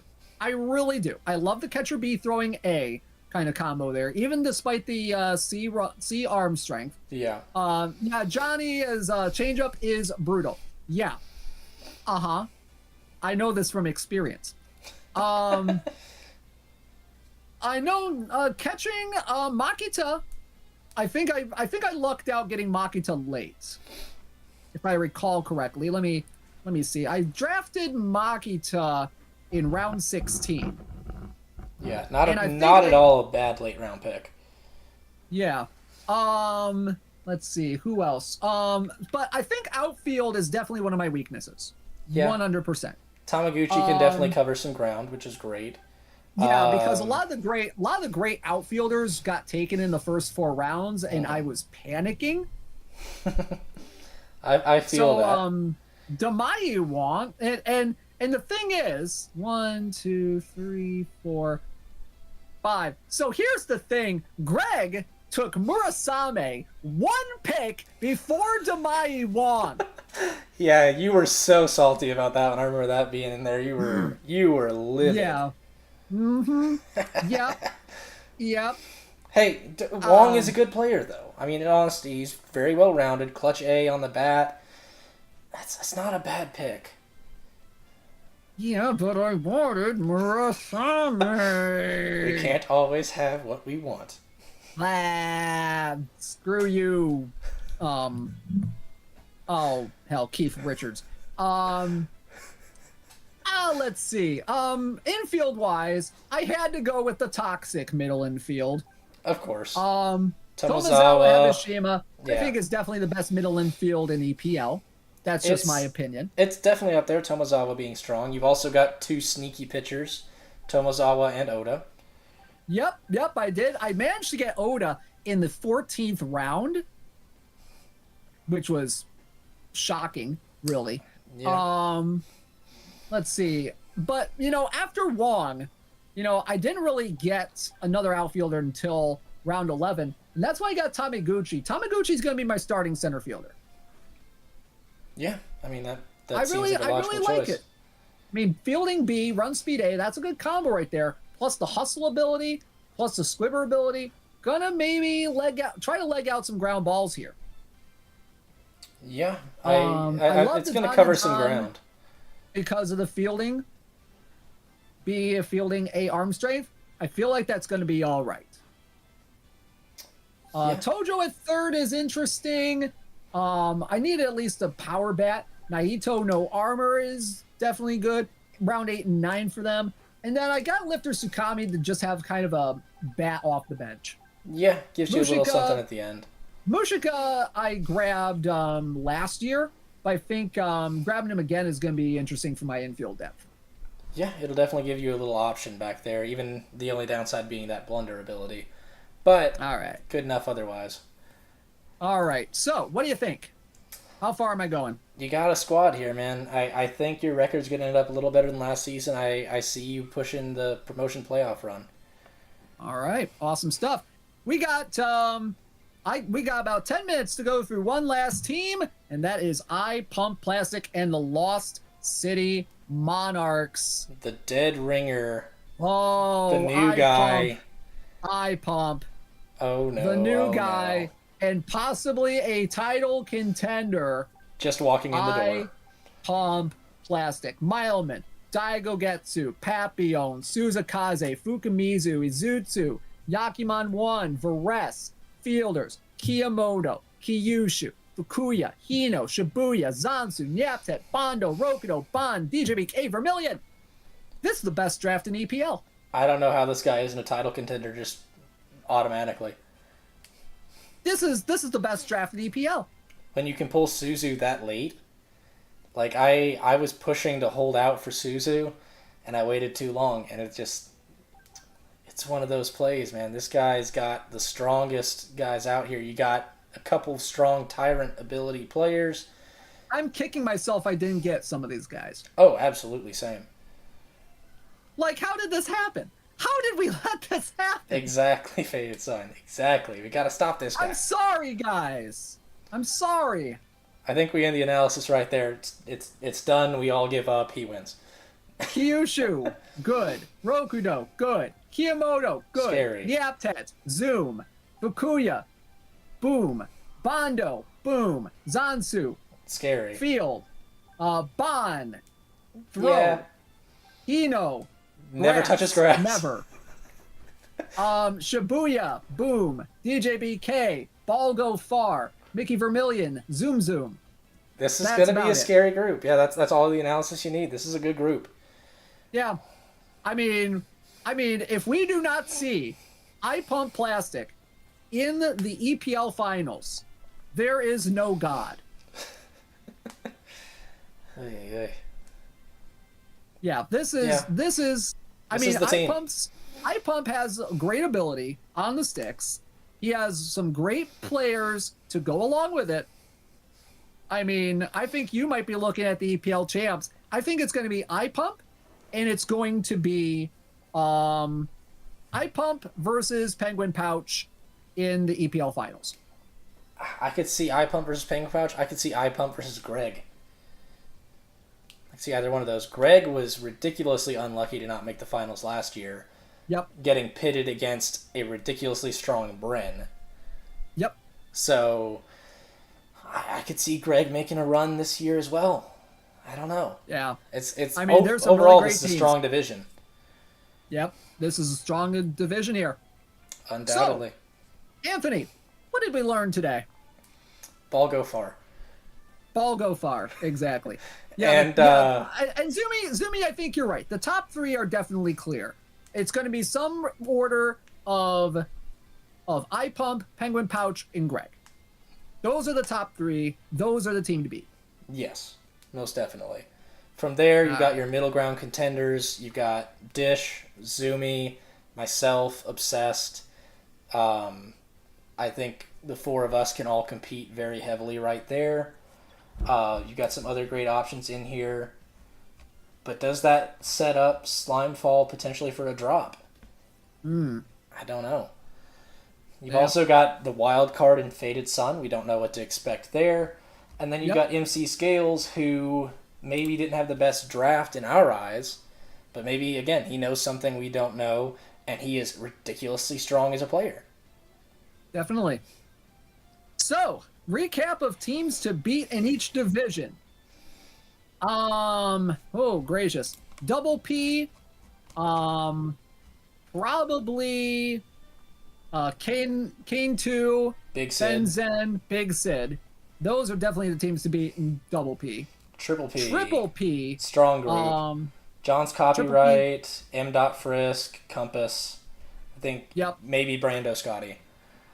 Yep. And then EPL, iPump, Greg Penguin Pouch. And Greg. Yeah. All right. Well, we made good time, and I might get to my play on time. So get out of here. All right, guys, thank you so much for tuning in. This was a fun time. Anthony, good luck. Everyone, good luck this year in EPL. Have fun with the preseason games. That's going to be a great time for y'all. Get yourself some practice in before the season starts, November 12th. It's going to be a great time, y'all. Absolutely. Guys, good luck this year, season 2 of the EPL. There will be streams all over the place with a lot of our teams, so stay tuned. Watch out for all of those are coming. Guys, thank you so much for tuning in today. This was a pleasure to be here. Anthony, any final words? Ball go far. Ball go far. All right, guys, have a great rest of your evening. Have a great rest of your weekend. I've been dishnet34 for Anthony P. Signing out. Have a great rest of your day. See ya.